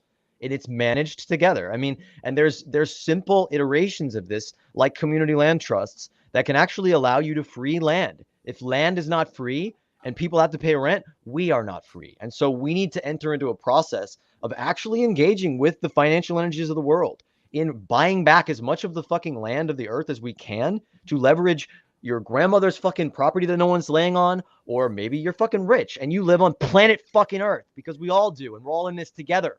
And we need to fucking share, or we're going to go extinct. We're going to let these dumb motherfuckers dominate us out of existence. And we're going to allow ourselves to be cucked and coddled and duped by cheap con men to get us to hoard our resources and think, I'm strong because I'm a like, fuck you guys. Fuck that behavior. Fuck that attitude. And that's not a class thing. That's not a left thing. That's not a right thing. That's a common fucking decency thing. That's a human survival thing. It's a human survival thing. Ugh. Yeah, absolutely. Our default nature as a species is to be cooperative. Right. That's our default. If you look at what we are, like, it's not to say that there's no competitive aspect to the primates. Right. There is. But if you look at what makes humanity successful, it is this ability to cognitivize our environment. But it's also the ability to create complex communities of cooperation.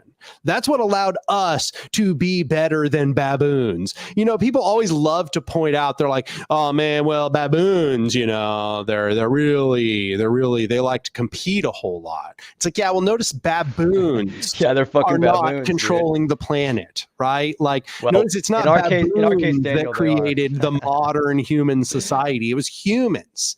Right? Humans created modern human society, and they did it by cooperating. They did it by this sort of collaborative effort to defeat all of the hurdles that lie in front of them. You know, this is kind of dark, but it's also indicative of the point. So when here's the interesting part, please. okay, on so every continent, even after the Ice Age, megafauna existed. That is to say, massive creatures. They're called megafauna because they're huge, okay? Big, dominant creatures. They dominated the ecosystems. Everywhere humanity went, we were smaller and weaker and slower than the things that wanted to kill us.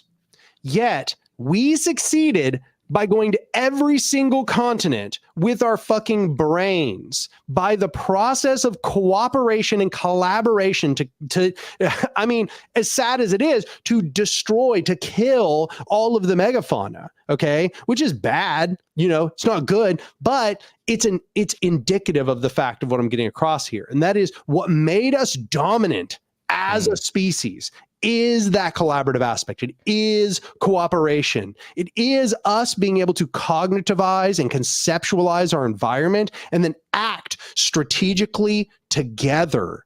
That is what makes us powerful. It is not the competitive aspect. Nothing of competition was beneficial for our species. Okay. That's why baboons live in baboon environments and we are here talking through computers. Yeah, and to quote Alfie Kohn, that great, you know, lecturer and educator on childhood development, asking the question, how much competition is good for you, is like asking how much sugar is good for your teeth. None. Yeah, I mean, the only competition should be with ourselves to improve ourselves, but then you wouldn't even call that competition. And I would say the only enemies to humanity should be things that threaten all of us, which is not one person or any group.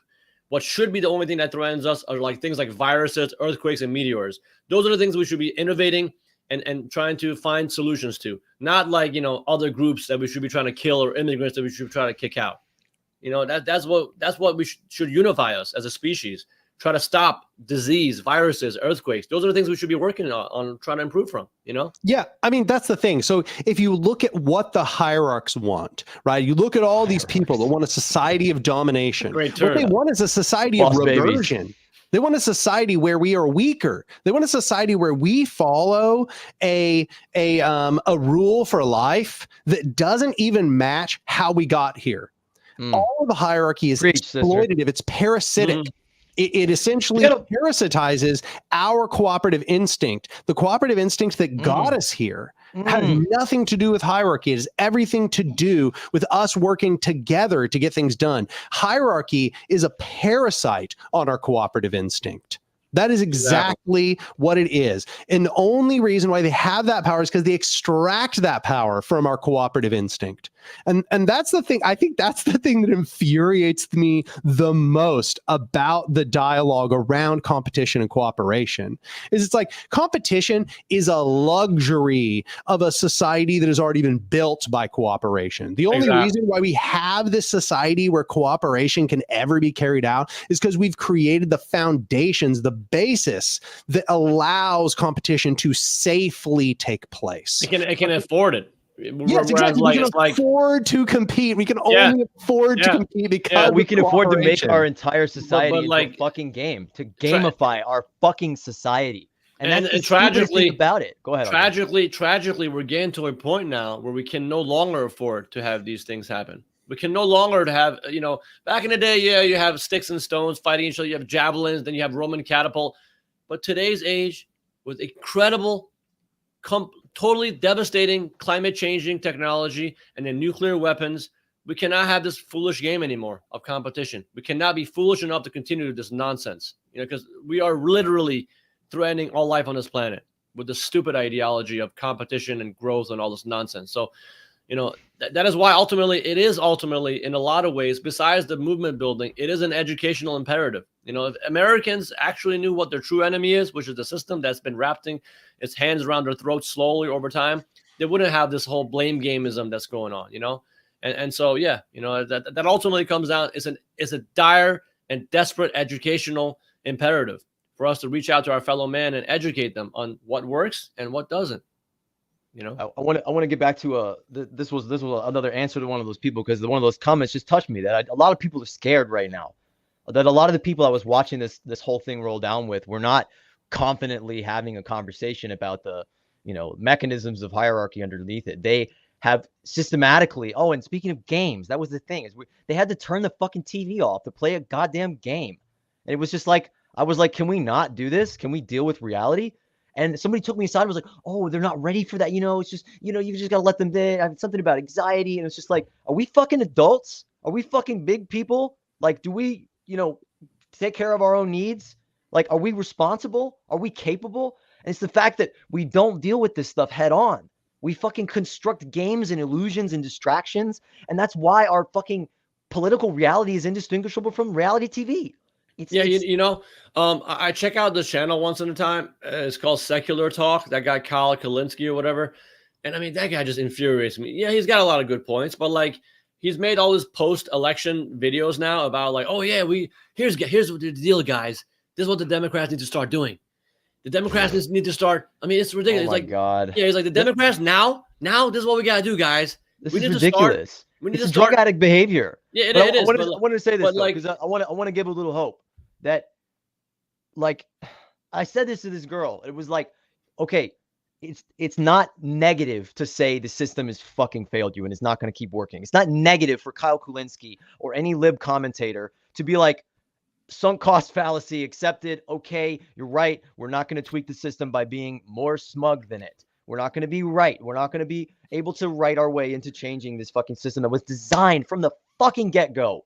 Like, listen to the minutes in the founding fathers meetings. They're fucking recorded. And they're just like, how are we going to stop democracy? How are we going to stop the people from having a say? We'll create a system of representation to distract them and keep them from, okay. But yeah, basically, like, hope, real hope is not to be found inside the system. And if you have an ounce of hope left in the system, that is all the hope you give yourself the ability to have. Just 1 ounce. That's it. And it's not hopeful. It's not optimistic to go on believing that heroin is going to eventually make you fucking well. It's just crazy. It's just wrong. It's just wasteful. That, like, the system is not going to fucking fix itself. It's designed not to do that. And when you say, oh, but I don't want to be negative. I don't want to be negative. You're being negative. And you're annihilating all real value and all real possibility and all real hope, something you believe in, something that holds us together. Like, all of us, the things in our lives that matter, that we stand for, love and friendship and kindness and sharing and laughter and, like, making life fun and good. Those things don't take a fucking pinky toe into politics. And the fact that we have allowed that to happen is a failure. It is a failure to have the courage to say, fuck your false hope. I want to know what's possible, like what Arjang is talking about. I want to use fucking nanotechnology to create infinite fucking abundance. I want to grow materials. I don't want to mine. I don't want to boss people around. I don't want $5 more an hour. Fuck that. I want to be free. I want my fellow human beings to be free. I want what is technically possible to happen, not what is politically feasible. And human life was not politically feasible. Nothing on this earth that has ever been good, that has ever moved us forward, has been likely or plausible. The fucking people in the back saying, well, I don't know if this is going to work out, were always wrong when it came to improving society. So fuck them. Your hope should be absolutely. Found in it's that each other. Bookchin quote. If we do not do the impossible, we shall be faced with the unthinkable, right? It's precisely what it is. And I just want to note, we got a $10 donation from Unpredictable Axolotl. They say, Zachary and Arjang, could you plug your platforms and or projects? I know you did at the beginning of the stream, but they're going to, I'd like to know where to find y'all. You're cool. Yeah, it's exactly why I have these two on the stream, because they're both cool. And so y'all, please do your thing. Arjang, you can go first. Thank you. Yeah, I mean, we should definitely do more of these, man, because we really bounce on ideas off of each other continuously. So it's really awesome. It's giving me a lot of hope and energy. I mean, I tell people all the time, I joke around, listen, I don't need coffee in the morning. If I'm tired and sleepless and I wake up to go to work in the morning, All I need is some guy out the street to be like, "Yo, define capitalism for me." I'm like, "All right, I got my caffeine. I got my caffeine. All right, let's get to work." Capitalism is free market.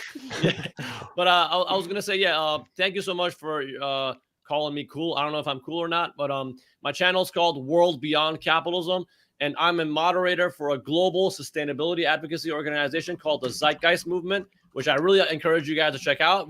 They do some good work. We have over 500 hours of lectures on the Zeitgeist channel's main website, and so my channel is called World Beyond Capitalism, and then I really like this book. If I can share anything with you guys on this video, I really love this book, The New Human Rights Movement. I highly recommend people to check that out. Really good solutions in there, and it's the basis of a lot of my education, on this. So that's pretty much me. I'm about to link your channel. I know that Zachary is in between channels right now. Link this. This is a playlist of shorts and teasers from the film Epic Odyssey that I've been working on. I've been living in the last 5 years. Yeah. Send it to me and I'll link it. So yeah, I work with Arjang a lot. We've been cooking it on, coming together and rocking the mic in various ways and making, actually working together a lot on a film project that I've been working on the last 5 years. Oh, we gotta get it done, bro. Epic, ever expanding drive to dive into the issues and crack open what the fuck is going on in the world and why. And how our system works, how really systems are what we're dealing with, not issues, not politicians, not personalities, systems.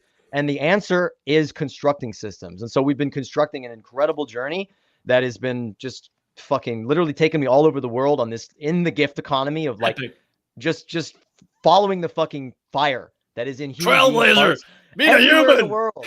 I've been on 5 continents. Are we gonna get an Alex Jones impression? I'm so ready for an Alex Jones impression. wait. Let me finish my shout out first. Oh yeah, so we've been shooting a film. You can go to anotherworld.earth and learn a little bit more about it. I'm gonna link a playlist of films that's on the Moneyless Society channel. That's where a lot of my work and rants are. That's a great organization you can join if you're interested in mutual aid.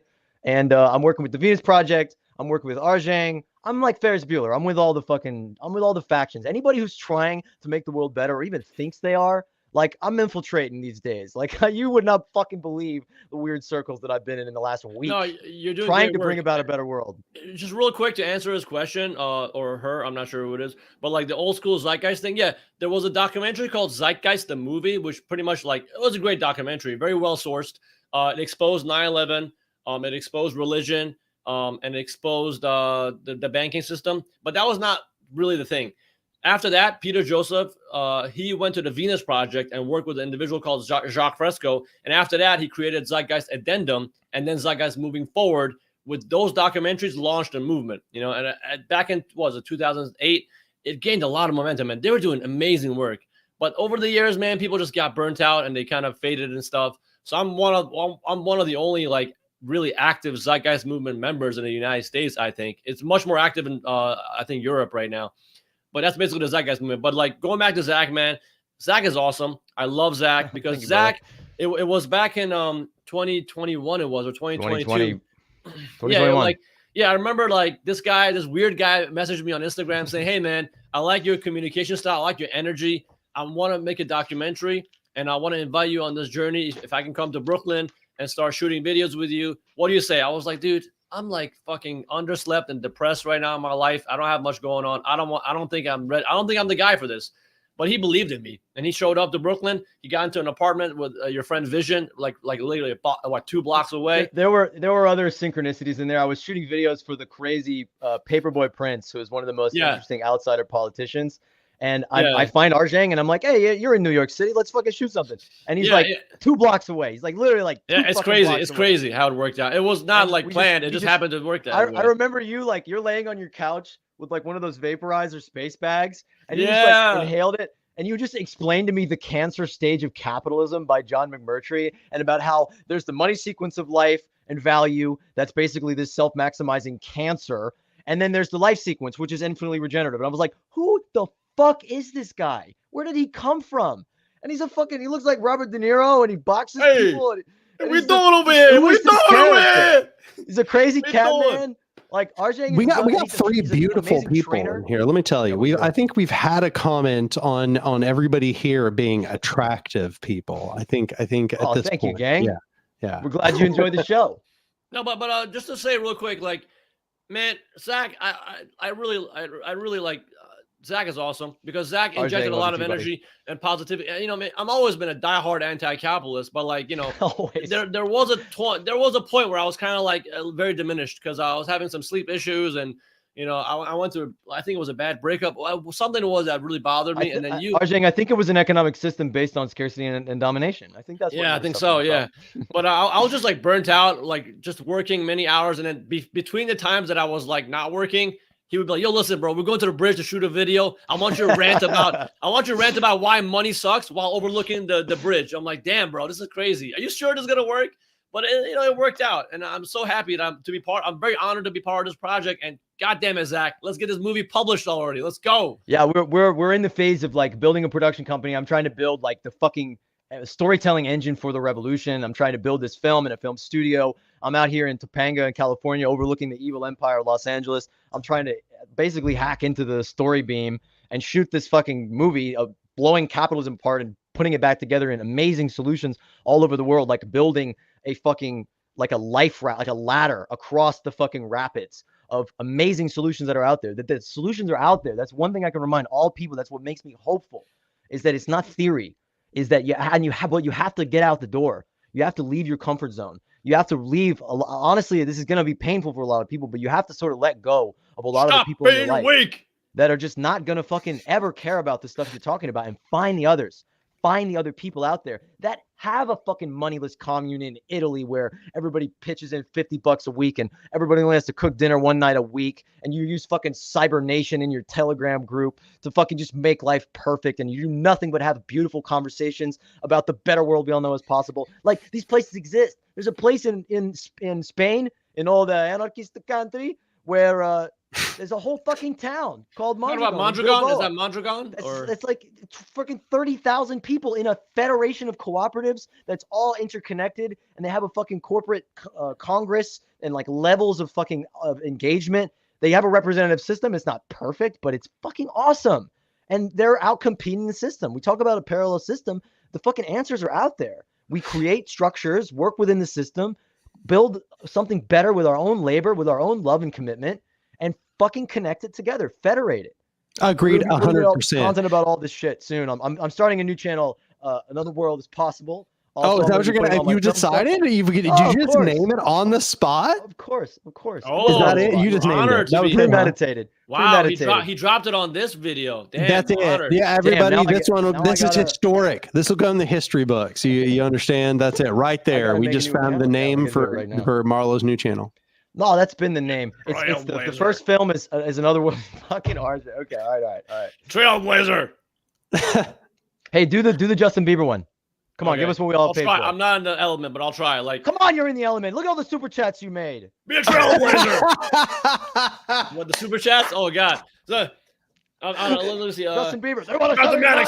Mathematics, quantum mechanics, the secret of the universe is all there. Life is fiery with its beauty. But they want to shudder your mind talking about Justin Bieber. It's pure evil. That gets my gold star of approval. And give you Nicki Minaj and Biebler. Biebler? Did he say that? Did he say Biebler?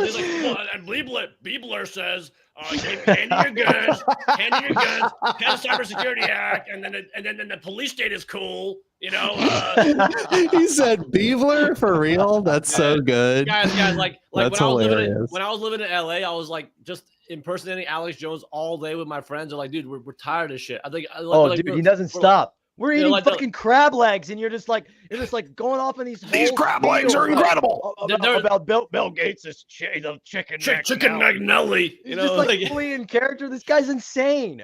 Yeah, Arjang, talk about activism. Talk about activism. Come on. Yeah. Well, sadly, what happened was I had a very successful. No, don't get into the fucking problem. No. I'm explaining like how like I had a successful training fitness business, which I'm still trying to get back into. I talked about Zionism and they kicked me out of it, so I'm trying to get back into it. But my plan was to shoot a really comprehensive fitness system That's about not just like about Zionism.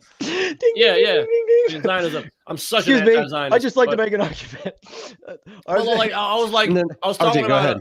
Yeah, it's still gonna happen one day once I get my facilities back and all that. But like, I'm trying to create a very comprehensive online training course for like people regaining their health and what they're supposed to be, like getting in touch with their innate human capacity to regain ourselves and like, the biopsychosocial elements of health. So I'm creating this course that's centered around exercise, nutrition, healthy living, and regeneration, and also coupled with your mentality and fixing your values and trying to like just study yourself and seeing where your faults and your distortions come from and how to adjust yourself to this sick society, and you guys are going to be more jacked than me going the way you're going. But like, the point is like, I doubt that. I've already seen your biceps. That's not true. Don't lie to me. no, I'm weak. I've seen your biceps, bro.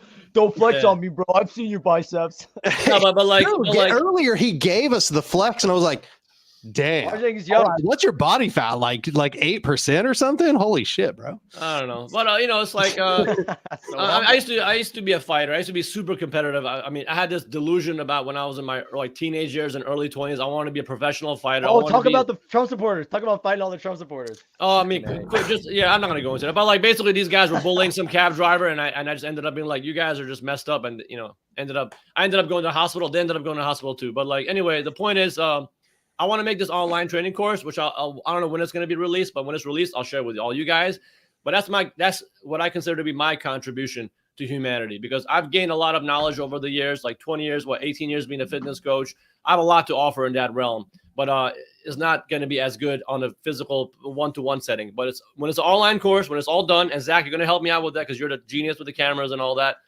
It's going to be badass, because it's not going to be like these fitness gurus are all, if you notice, all these like ultra successful personal trainers and fitness gurus are all capitalists. Have you ever met a fucking boxing fascist, fitness pro like Arjang? They are.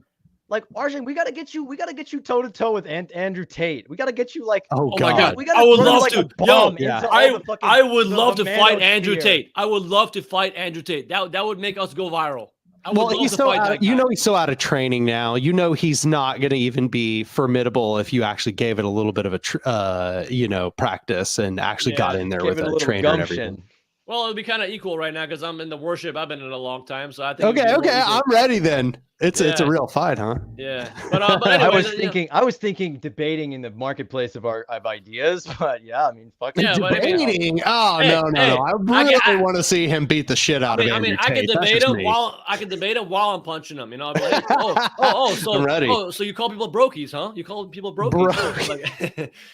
But anyway, the point is, like, I don't want to rant too much, but like, my fitness coach is not just about fitness and being some narcissistic, like sociopathic, disinterested, detached person. No, man, fitness comes to also our connection with the world around us. We have to we have to be loving, compassionate, and show vulnerability. Like, I love this man. We're human beings, man. I mean, I'm a tough guy. I'm pretty strong. I think I can handle myself in a fight, but like, I don't care about that. True strength is your ability to adapt to the changing world around you. The true strength is your ability to be vulnerable with others around you and share your beliefs and be open with the world around you, And that's why Donald Trump is such a weak person. There we go. Bring it on full circle. Because, like, I saw a documentary on his life. It was called Unfit. How he's so unfit to be president, and like how his father unfit. Oh yeah, very physically. But like his father wanted him Fred Jr., which is his older brother, to be the heir apparent to the empire. And Fred Jr. actually was empathic and actually was somebody who cared about people, who was like, you know what? Look, Dad, I don't want to be competitive. I'm not a cutthroat person. I want to be a flight operator. I want to fly an airplane. And his dad said, you want to be a flight operator? That's like as good as being a taxi driver. That's no different from that. So he demeaned them and ridiculed them. And I think that's what led to him ultimately becoming an alcoholic. And he died from alcoholism. And then when they interviewed Trump many years later, and Trump was very happy, I think, to be taking over the empire. And when they interviewed Trump later, he was like, like they're like, what do you feel about your brother? Like his passing and stuff. He's like, oh, it's tragic.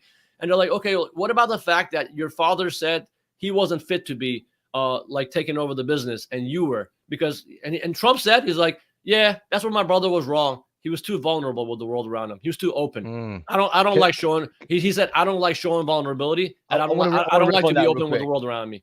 So that's where his flaw was, So Mary Trump, his cousin, is a psychiatrist or psychologist, and she wrote about him extensively too. And that was the pathology that like this dude's dad did not allow him to express his feelings, any feeling but like anger or rage or like self-aggrandizement. And that's a very patriarchal male normal little fucking boy pathology. Like I was hit by my fucking family members for being too much of a pussy and smelling flowers and shit. Like, and expressing your own feelings. It's like you create this pathology of somebody who is pathologically insecure. This is the point about Trump, is that he is not secure. He is not strong. He is not a strong, confident person. He is extremely insecure. He creates this narcissistic bubble around him that is this constant self-reinforcing, like, I'm great, I'm the best, I'm smartest, I'm awesome, I'm amazing. Stable geniuses don't need to remind you that. They don't need like Kanye's like this. All these very wounded, insecure narcissists are like this. The Democratic Party is a narcissist. It cannot be held accountable for its flaws and its faults. And it has to appear a certain way, even though it's not.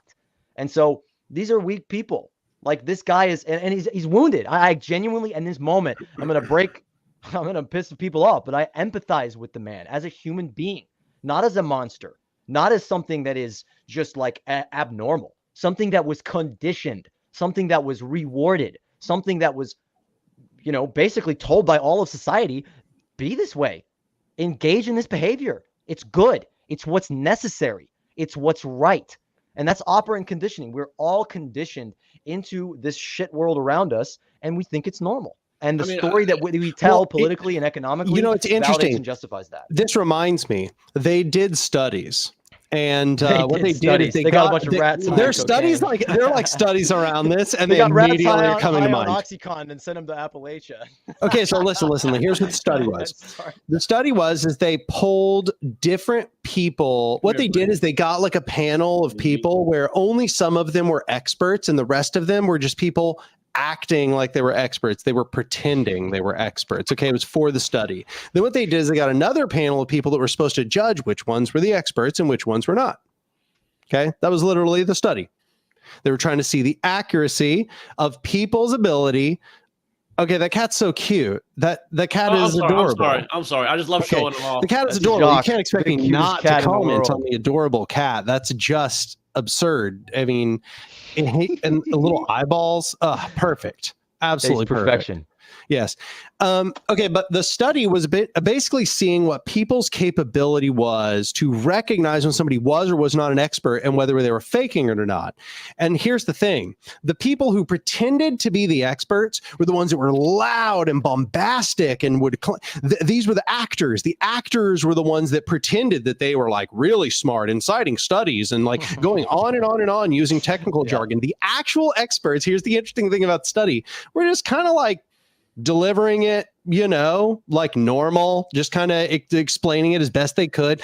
And when they were confronted with disconfirmation, like they didn't know if they were sure or not, they would just be like, yeah, okay. I mean, that's possible. I need to study more, right? They had kind of this more inherent sort of humility because epistemic humility.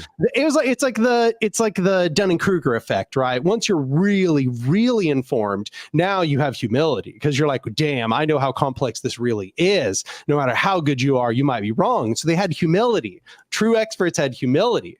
And so the people in the study, they thought all of the actors were the experts and the people that were the actual experts were not experts. Wow. That's what the study showed, is that people thought the bombastic claiming of expertise, even by somebody who's literally an actor. Do you understand? They're hired in the study to pretend to be something they're absolutely not. The person who pretended to be something they are absolutely not by the average person appears to be the actual expert. And I guess what I'm trying to say is that's Trump.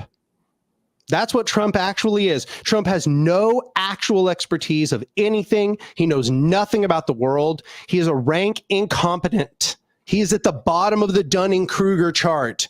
Okay.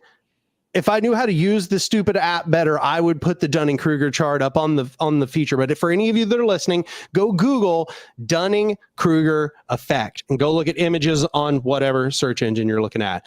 You understand? Trump doesn't know anything. He is absolutely incompetent at everything. You know what he is good at? He is cruel and he is selfish and he is self-absorbed. There we go. Yeah. Yeah, Marlow's got it up on his screen. Peak of Mount Stupid. Yeah, he's at the peak of Mount Stupid. He doesn't know how to do anything well. But the thing is that when it comes to getting into positions of power, it's so much less about your actual competence. This is why I made a video against meritocracy. It's so much less about your actual competence. It's everything about your projection of competence, as well as how well you can suck up to people within the hierarchical power structure. And Trump just started up at the top. He's essentially our era's aristocratic royalty. He inherited power. He has no. It's not true, man. I inherited a small $10 million loan. That's all. He's starting from the bottom. He's starting from the bottom, man. Yeah, but that's he's the a regular guy. He's just like us. Yes, that's precisely the case. Trump is, and here's the worst part for anybody that's listening, okay? For anybody that is American, you should understand that Trump is the purest manifestation of what America is. Oh, that's what I was going to say, dude. 100%. Because, like, Trump is a very perfect embodiment and expression of American society. This grandiose overconfidence, you know? This overconfidence of what America is. Oh, America, we're exceptionalism, you know, the greatest country on earth. God bless America. All these themes have come together to almost spit out Trump to the society at large. And like what you said, Zach, like his cruelty, his narcissism, like he was diagnosed by a whole team of medical experts and like psychologists. They're like, there's 4 things that this guy has wrong. Like he's a narcissist. He's an antisocial personality disorder. He's a sadist, which means he takes pleasure in inflicting pain on other people. And also he's a compulsive liar. So these things, sadly, I mean, yeah, I despise the guy. I don't like him. But obviously, in the end, we have to use a systems thinking lens to see that, look, man, if we're going to blame Trump, if we're going to hate Trump, we have to hate the whole collective American society. Because look, is Trump to blame? If we're going to blame Trump, we're going to also blame his father. We're going to blame the people, the peers who was in his life. We got to blame the rugged streets of Manhattan. Like we got to blame a lot of different environmental factors that formed him into who he is. So ultimately, it is true strength to have compassionate understanding, to not really condemn or forgive, but to understand what is really happening here. And that is the only way we can actually arrive at a sane conclusion of what we can do about this mess that we're in. Yeah, I mean, Martin Luther King has a beautiful book, a little book of sermons I recommend everybody read. I got it right when Trump was first in power. A great activist mentor gave it to me as a gift. And there's a sermon in there called, the whole thing's called Strength to Love. And there's a sermon in there called Loving Your Enemies. And sure, it was very unpopular in its time, but it's not about like saying, oh, Trump is good or what is good or bad. Buckminster Fuller, I was reading in this fucking book, beautiful book last night, that there's no such thing as good and bad. There's no such thing as positive and negative in terms of like the polarities of the universe. Like they all sort of basically merge back into each other at some point. I'm sure astrophysicist Daniel over here can explain that better than I can. But basically, it's beyond like this basic moral justification of like, oh, the system is what it is because bad people are in charge of the gears of the monster machine, the death machine. Oh, and we need to just get good people in there. It's way beyond that. Strength to Love. It's a beautiful thing. Oh yeah. So he talks about, both of you have that, by the way. I gave it to him as a gift. No, actually, Zach gave it to me. Zach gave it to me as a gift because I lost my cat a few months ago. It was absolutely devastating, and then he gave me this gift. And I'm sorry, Zach, I haven't read it yet. I was just too depressed back then. It's very short. They're just sermons. Yeah, it is a short book. Yeah, go ahead. Yeah, he talks about how it is fucking of strategic necessity. If someone wants to destroy you, you need to understand them. You need to understand what makes them tick, and there is no other way that you're going to make sense of them. Whether you're dealing them in any way, you have to understand your enemy.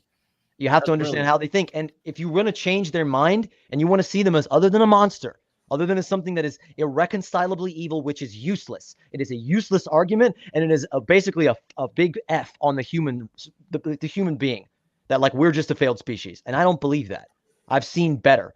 I've seen better of the human race to know that that's not what a human being is or acts like. That's actually as far from a human being or beyond a human being, humanity, this process, this relationship, this thing that makes you bigger than one person. Because as Bruce Springsteen said, poor man want to be rich man want to be king, and the king ain't satisfied till he owns everything.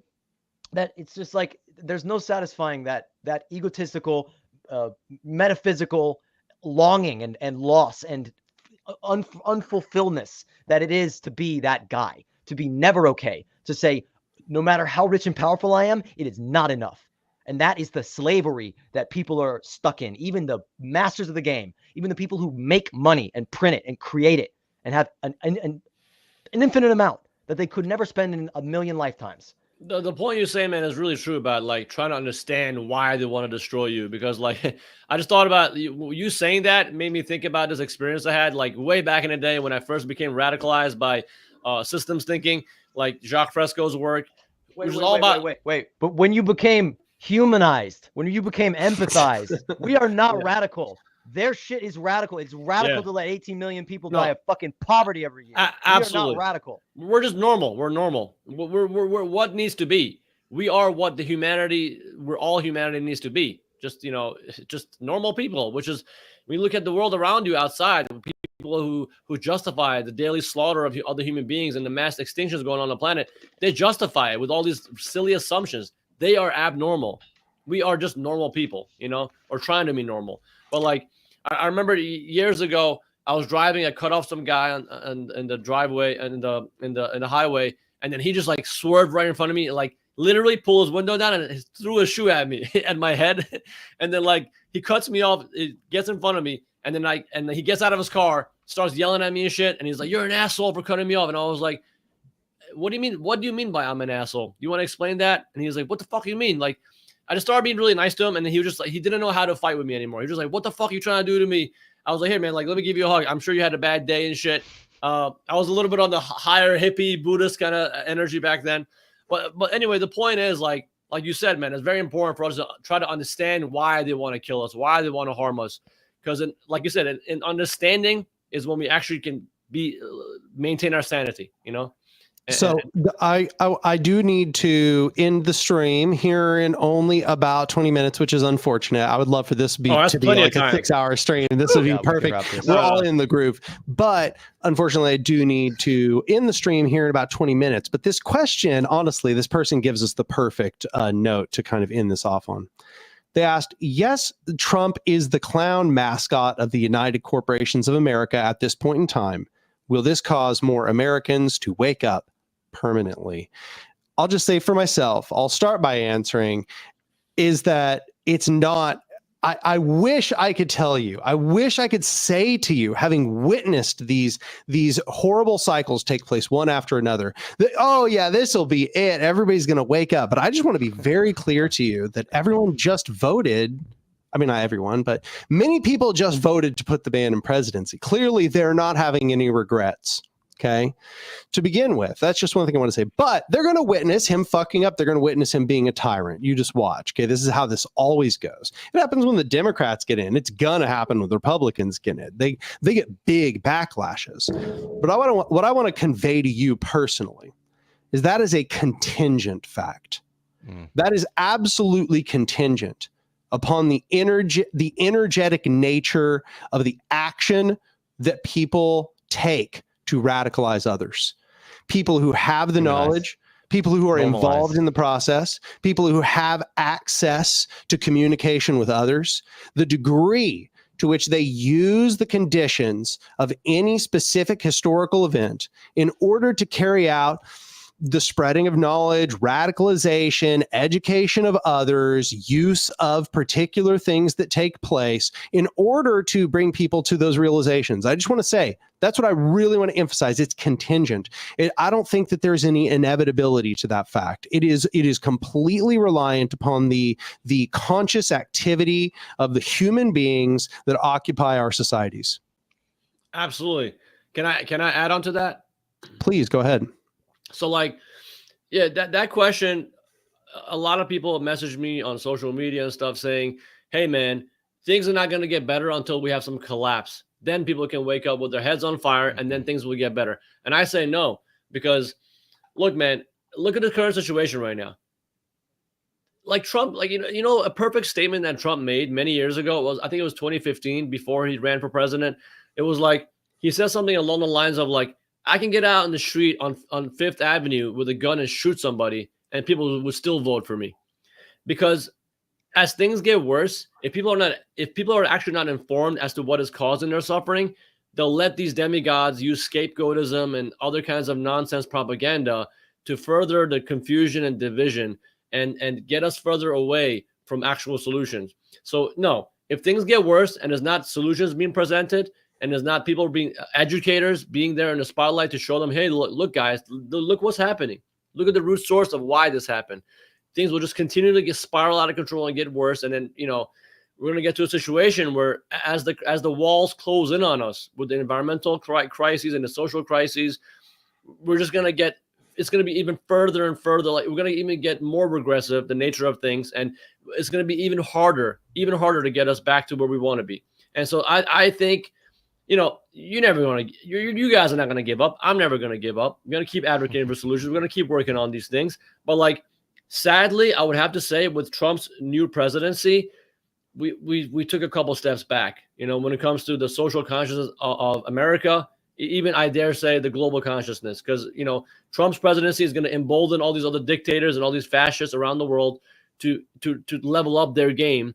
And so we got to work harder, man. It's just sad. It's just the externalities are creating more of these divisive elements. And yeah, so it really is contingent upon how hard people like us work on providing out-system solutions to what is happening. So it is a combination of things. Yeah. I want to say that we should absolutely not put one morsel of hope back into the Democrats or anyone in the current establishment to solve this problem, for the adults to wake up. I was really surprised that more people fell for Kamala Harris. I really was. I was very shocked. More people actually showed up and were like, yeah, cool. Yeah.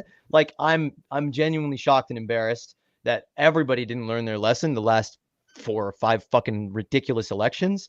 And so, yeah, we have to make people change. Well, not make them. You can't make them. That's actually a good point. That's the point of this whole anarchist jargon.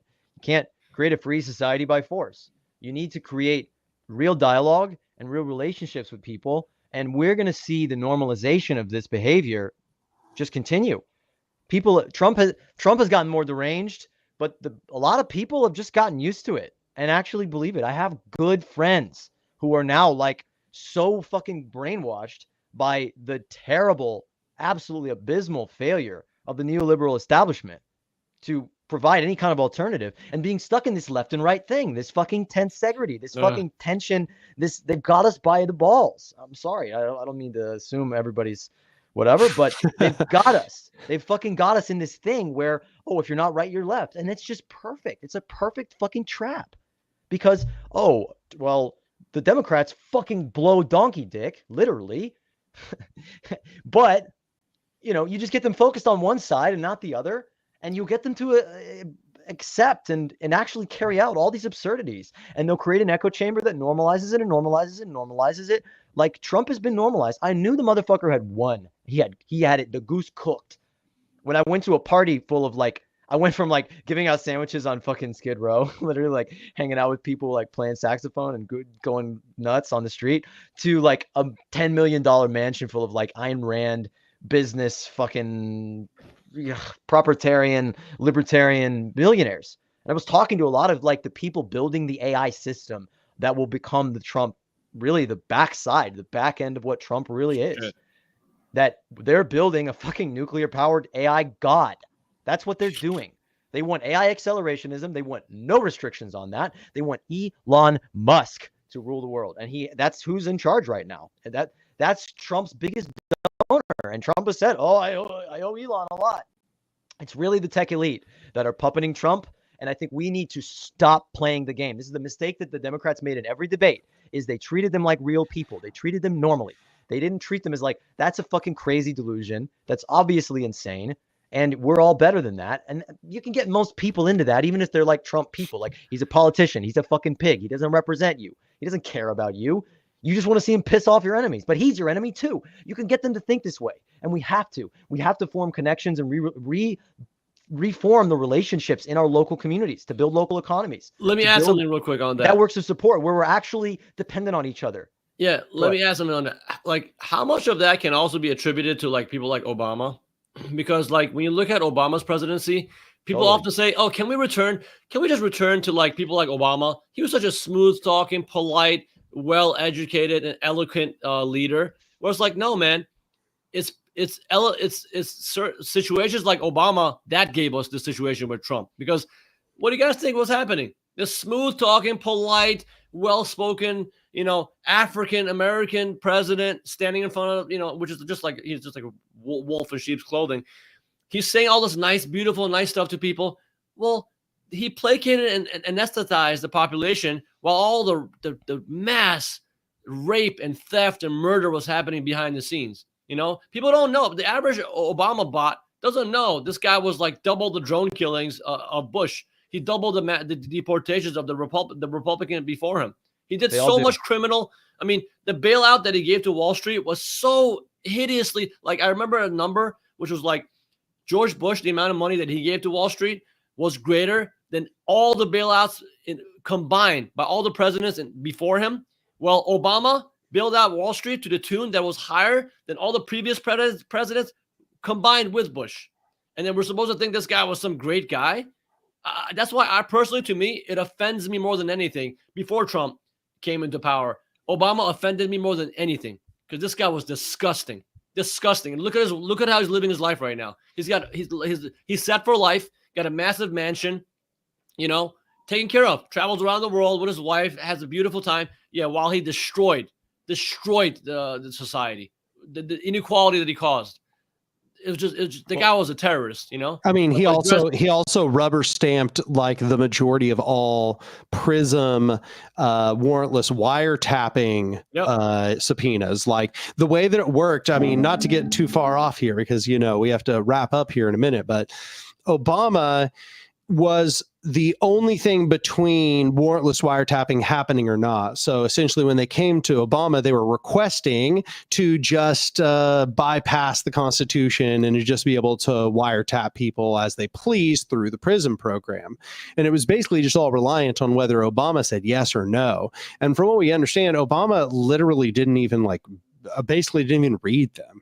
Like basically just said yes, yes, yes, yes, yes, yes, yes, yes, yes, yes, yes, and just spammed yes with all the wiretapping requests, with very few exceptions.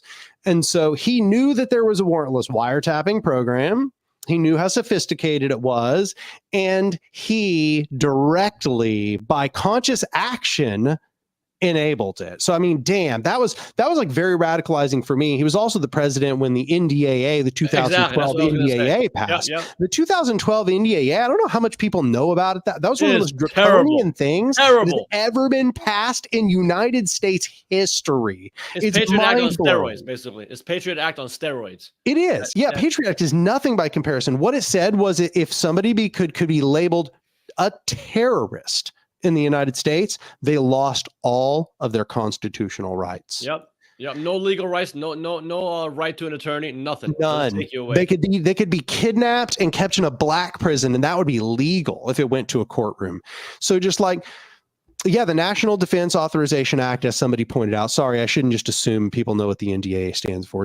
But the thing is that this empire has been expanding its authoritarianism, its tyrannous nature for a very long time now. And Trump is really like a pure expression of what it is at this point.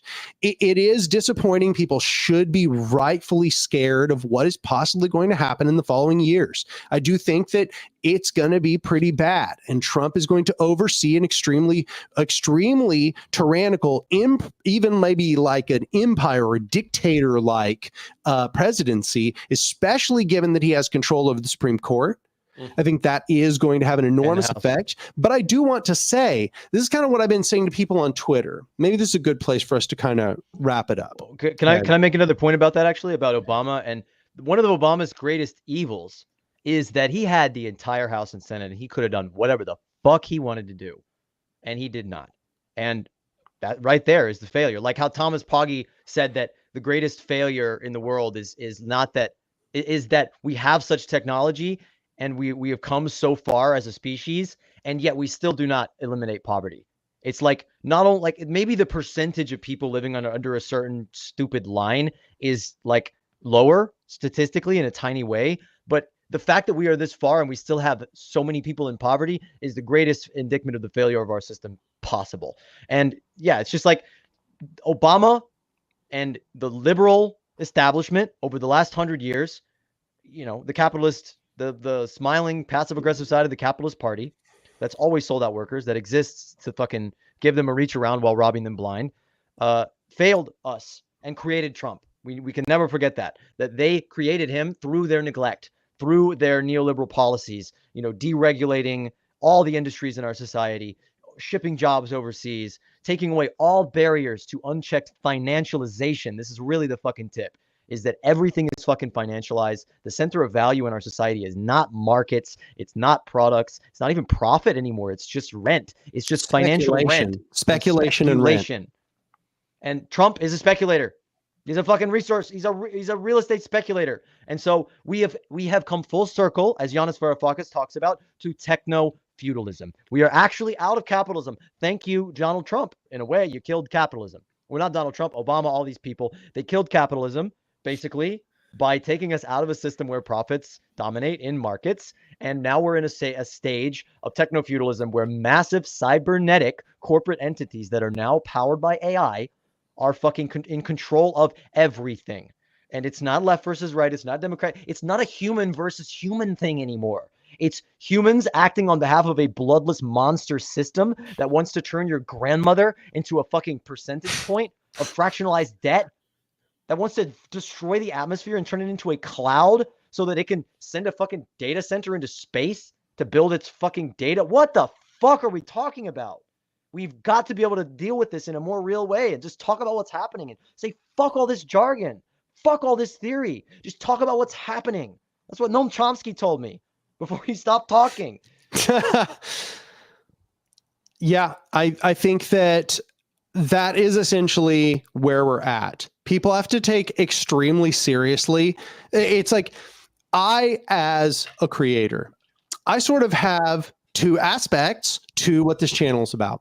This channel is about sober analysis of extremely dark facts about the world, to the degree where, honestly, if all you did was consume that portion, you'd probably spiral into a deep depression. But it is equally about the constructive and hopeful aspect. Yeah. It is about what can be done. And I want to emphasize to people that my genuine feeling, this is my actual feeling about the truth, is that this is contingent. This can be changed. The people can act. The alternatives can be built. History has been changed by people doing things which are otherwise from what is. That is how all alteration of history has taken place. The construction of alternative structures, the building of different systems which are contrary to the function of society in which they arise. And it is the development of these systems which transforms everything. And that includes our modern moment. It includes this moment right now. Yeah. I just want to note, if you feel distressed about what is taking place with the election, if you feel afraid, I'm not trying to tell you you shouldn't be. Remember, that's the first half. You should be. This shit is scary. But the second half is that something can be done about it. And if you're listening to this right now, that includes you. I don't care who you are. That includes you. Things can be done. Alternatives can be constructed. There are different systems which we could indeed make. And you, absolutely, you listening, have a part in that. You should ask yourself how you can be active in that process. Let me tell you how many organizations all over the nation right now, if they were to hear that they had 1 or 2 new people who wanted to become members in their DMs, how excited they would be. Groups of 3 or 4 people that would be so happy to hear that they had gotten a DM from somebody in some random ass city, wherever, wanting to become a part of the group. There are so many groups that are starved of capacity, that need people who are earnestly committed to revolutionary activity of constructing alternatives. Absolutely. So I just want can I make a point there? To take that seriously. Can I make a point there, Daniel? I want to correct something you said earlier. You said we're not utopians. Fuck that. I am a utopian. I am a proud utopian. What did you say about utopia? You introduced me at that party and you said I'm a utopian. Can you say what that means? Well, I said that being a utopian is just believing that the world could be a better place. It's not just being crazy or cynical or pessimistic, right? Yeah, I think That's like it's considered being intelligent to be cynical or pessimistic or dystopian. Like I used to be much more respected by my family when I was depressed and down about the future of the world and the environment. And the second I started to get into anarchism and the solutions, all of a sudden I was seen as crazy. Now that's like, oh, like baby girl got into something weird. Like Baby girl got to do something very weird. no, I mean that's This like is the this is same. this is the love of my life. This is my fiance Ariana, I the was princess, Principessa. I was in the chat talking about veganism, girls. Hi. Oh yeah. I saw you in the chat. Arjang, go.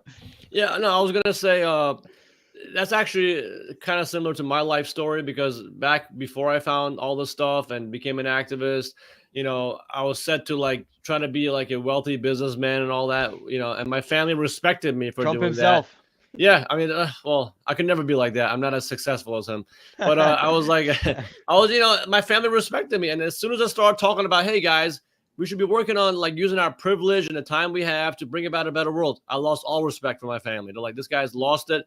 He's fallen into a cult. We got to try to save him. If we can't save him, just get rid of him. So that's really what happened. And I would say, as the legendary Jacques Fresco told me, and many times he said all over the internet. He said, like, if you want to bring about a better world, you got to work towards it and just talk to other people. If you do nothing, nothing will happen. It's that simple. If you do nothing, nothing will happen. And we have to be not optimistic, not pessimistic, but be realistic. About how dire things are, but also realistic about the fact that, hey, man, things are changing around the world. If you pay attention, things are changing. People are forming communities. Look at the Palestine movement, the Free Palestine movement. It's actually the last nail in the coffin, I hope so, of decolonization. Decolonization across the globe. The global South is infuriated and sick and tired of American imperialism. They want to see Palestine become liberated and also their societies be liberated from neoliberalism and all the exploitation that's been happening for centuries. So things are happening. You just got to look for them. Tune out the stupid mainstream media and start reading, start researching, and looking at alternatives. Things are happening. Talk to people. I want to say that things can be so much better. Things could be fucking wonderful. There is no good reason you could explain to an intelligent species looking down on Earth why we are in this situation when we have the problem-solving technology, the science, the human ability, the incredible ingenuity as a species. We have billions of humans on this Earth, which in this current parasitic structure, we only see them as a virus, and we need to reduce them. No, human beings are each capable of creating an entire universe in their fucking brain and then building it. And if there are laws of physics as we see them that stand in our way, we're quite capable of figuring out how to get around that and fly through the air and create fucking cool out of fire and to warm ourselves through winter and to create a beautiful abundance of everything fucking necessary and just get it to people. We're highly capable. We're capable of anything. And that must be the way that we approach people. Daniel posted a beautiful tweet today, a wonderful twat today about that revolutions are not heinous acts of bitterness and like they're not this bitter like fuck you dad, I'm gonna murder you, I'm gonna fucking gulag you. Like fuck that shit. Fuck that pessimistic reactionary bullshit. Stop being reactionary. Stop just reacting to a reaction. Stop to a reaction being to a weak. reaction. Stop being weak. We need to form a vision of the world based on what is possible. Based on, hey, how about what is best for everyone? Not just be like, oh, let's make it less worse. Less worse is killing us. Less worse just got us Trump. Less worse on steroids just got us probably not just 4 years of Trump, but very possibly an endless procession of people in this sort of regime that if the Democratic Party ever wins an election again, it will probably be because they're just aping this party because this party fucks over the people and crashes Bitcoin or some stupid shit.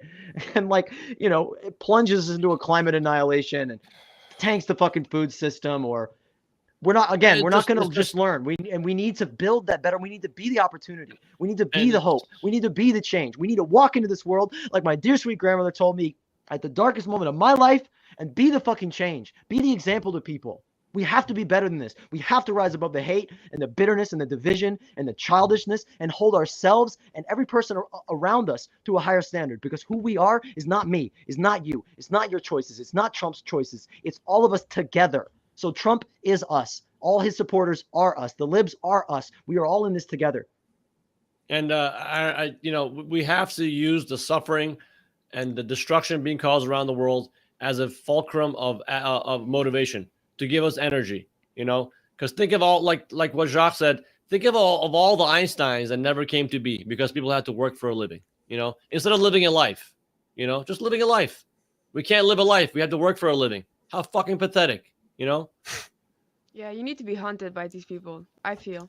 And like just what Zach said about making the world a better place and space and blah blah, like beyond like the wildest dreams, just making your life less exploited, like feeling less exploited yourself, sharing with other people.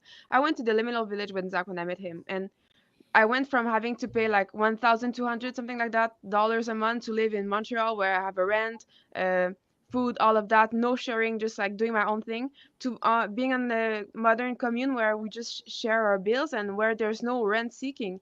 And I went from being like 1,200 to $200 a month. Like just that. I was a communist back then. I was doing all the theory, all the thinking. And in 1 week, like that shit changed me more than all the theory in the world. Like it felt so liberating and like breathing for the first time. So yeah, the revolution is scary, but it's also gonna feel good. Like it needs to feel better. It needs to be less crushing too. Yeah. You changed me more in 1 week. Love that. Love that. I'm going to end this because I am now over time. I'm going to end this, but because you mentioned the tweet, I'll just read the tweet. I said, Read the tweet, Daniel. I said, I continue to believe that liberation is predicated on something fundamentally wholesome. It cannot come about by hideous hatred. It must be the product of love for other humans, for the ecology, a belief in their potential, a dogged fight to protect what is good and beautiful. Hatred burns bright and fast. It is rash. It is explosive. In time, ashes are all that is left. Love endures through storms, through the fires of passion, through cataclysms that would break the world. The commitment to protect what is good is a light that guides through darkness. Beautiful. And I think that is a perfect statement to end this beautiful podcast, man. It's great. Agreed. I think that's a good place for us to stop. So I appreciate you all being on here. One more time, you need to say what channels they can find you on. Go ahead, Zach. I'm at Zachary C. Marlow on all the apps. I'm about to start Another World is Possible for my film works. Right now, you can find my rants and short films and videos on the Moneyless Society platform. And let's see, anotherworld.earth. That's a film. That's a website for my film series. Hello. And my link tree. It's Ko-Fi, Ko-Fi, Zachary C. Marlow. That's if you want to support us monetarily, because we're not so good with the money. We don't have a lot of money like a Donald Trump. But I am Arjang Jameh, and I have a YouTube channel called World Beyond Capitalism. I'm an organizer for a global sustainability advocacy organization called the Zeitgeist Movement. And hey, if you guys want to do me a favor, I have a business called Dynamic Fitness, which is not doing so well right now because of my criticism of Israel. If you want to head over to, just a small favor, if you want to head over to, head over to Google, type Dynamic Fitness Brooklyn, and just write a nice review for me. It'll help me out a little bit in the algorithm. Dynamic Fitness. We're gonna link it, We're gonna do that. Brooklyn. Okay, you're Arjang is no shit. Also, if you guys need training, like Arjang is no shit the best trainer, physical trainer, and like health bro I've ever met in my entire life. Like, thank you, man. The dude will stop you 10 times in one push-up to be like, no, tuck in your butt, pull this in. Oh, that's beautiful movement. That's beautiful. There movement. It is.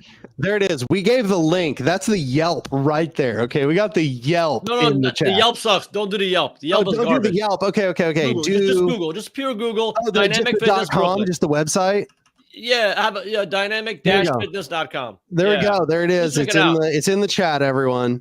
And guys, like I hope thank you so much for like collaborating, guys, and hopefully we have more of these to come, because I think we can talk about many different topics regarding post-scarcity thinking, And so we should definitely do more of these collaborations, because this is truly energizing for me. It was amazing, you know. I'm glad to hear it. It seems like a lot of people in chat enjoyed it as well. That is it for tonight. It was enjoyable. I'll see y'all next time. All right, guys. Peace out. Much love. Bye.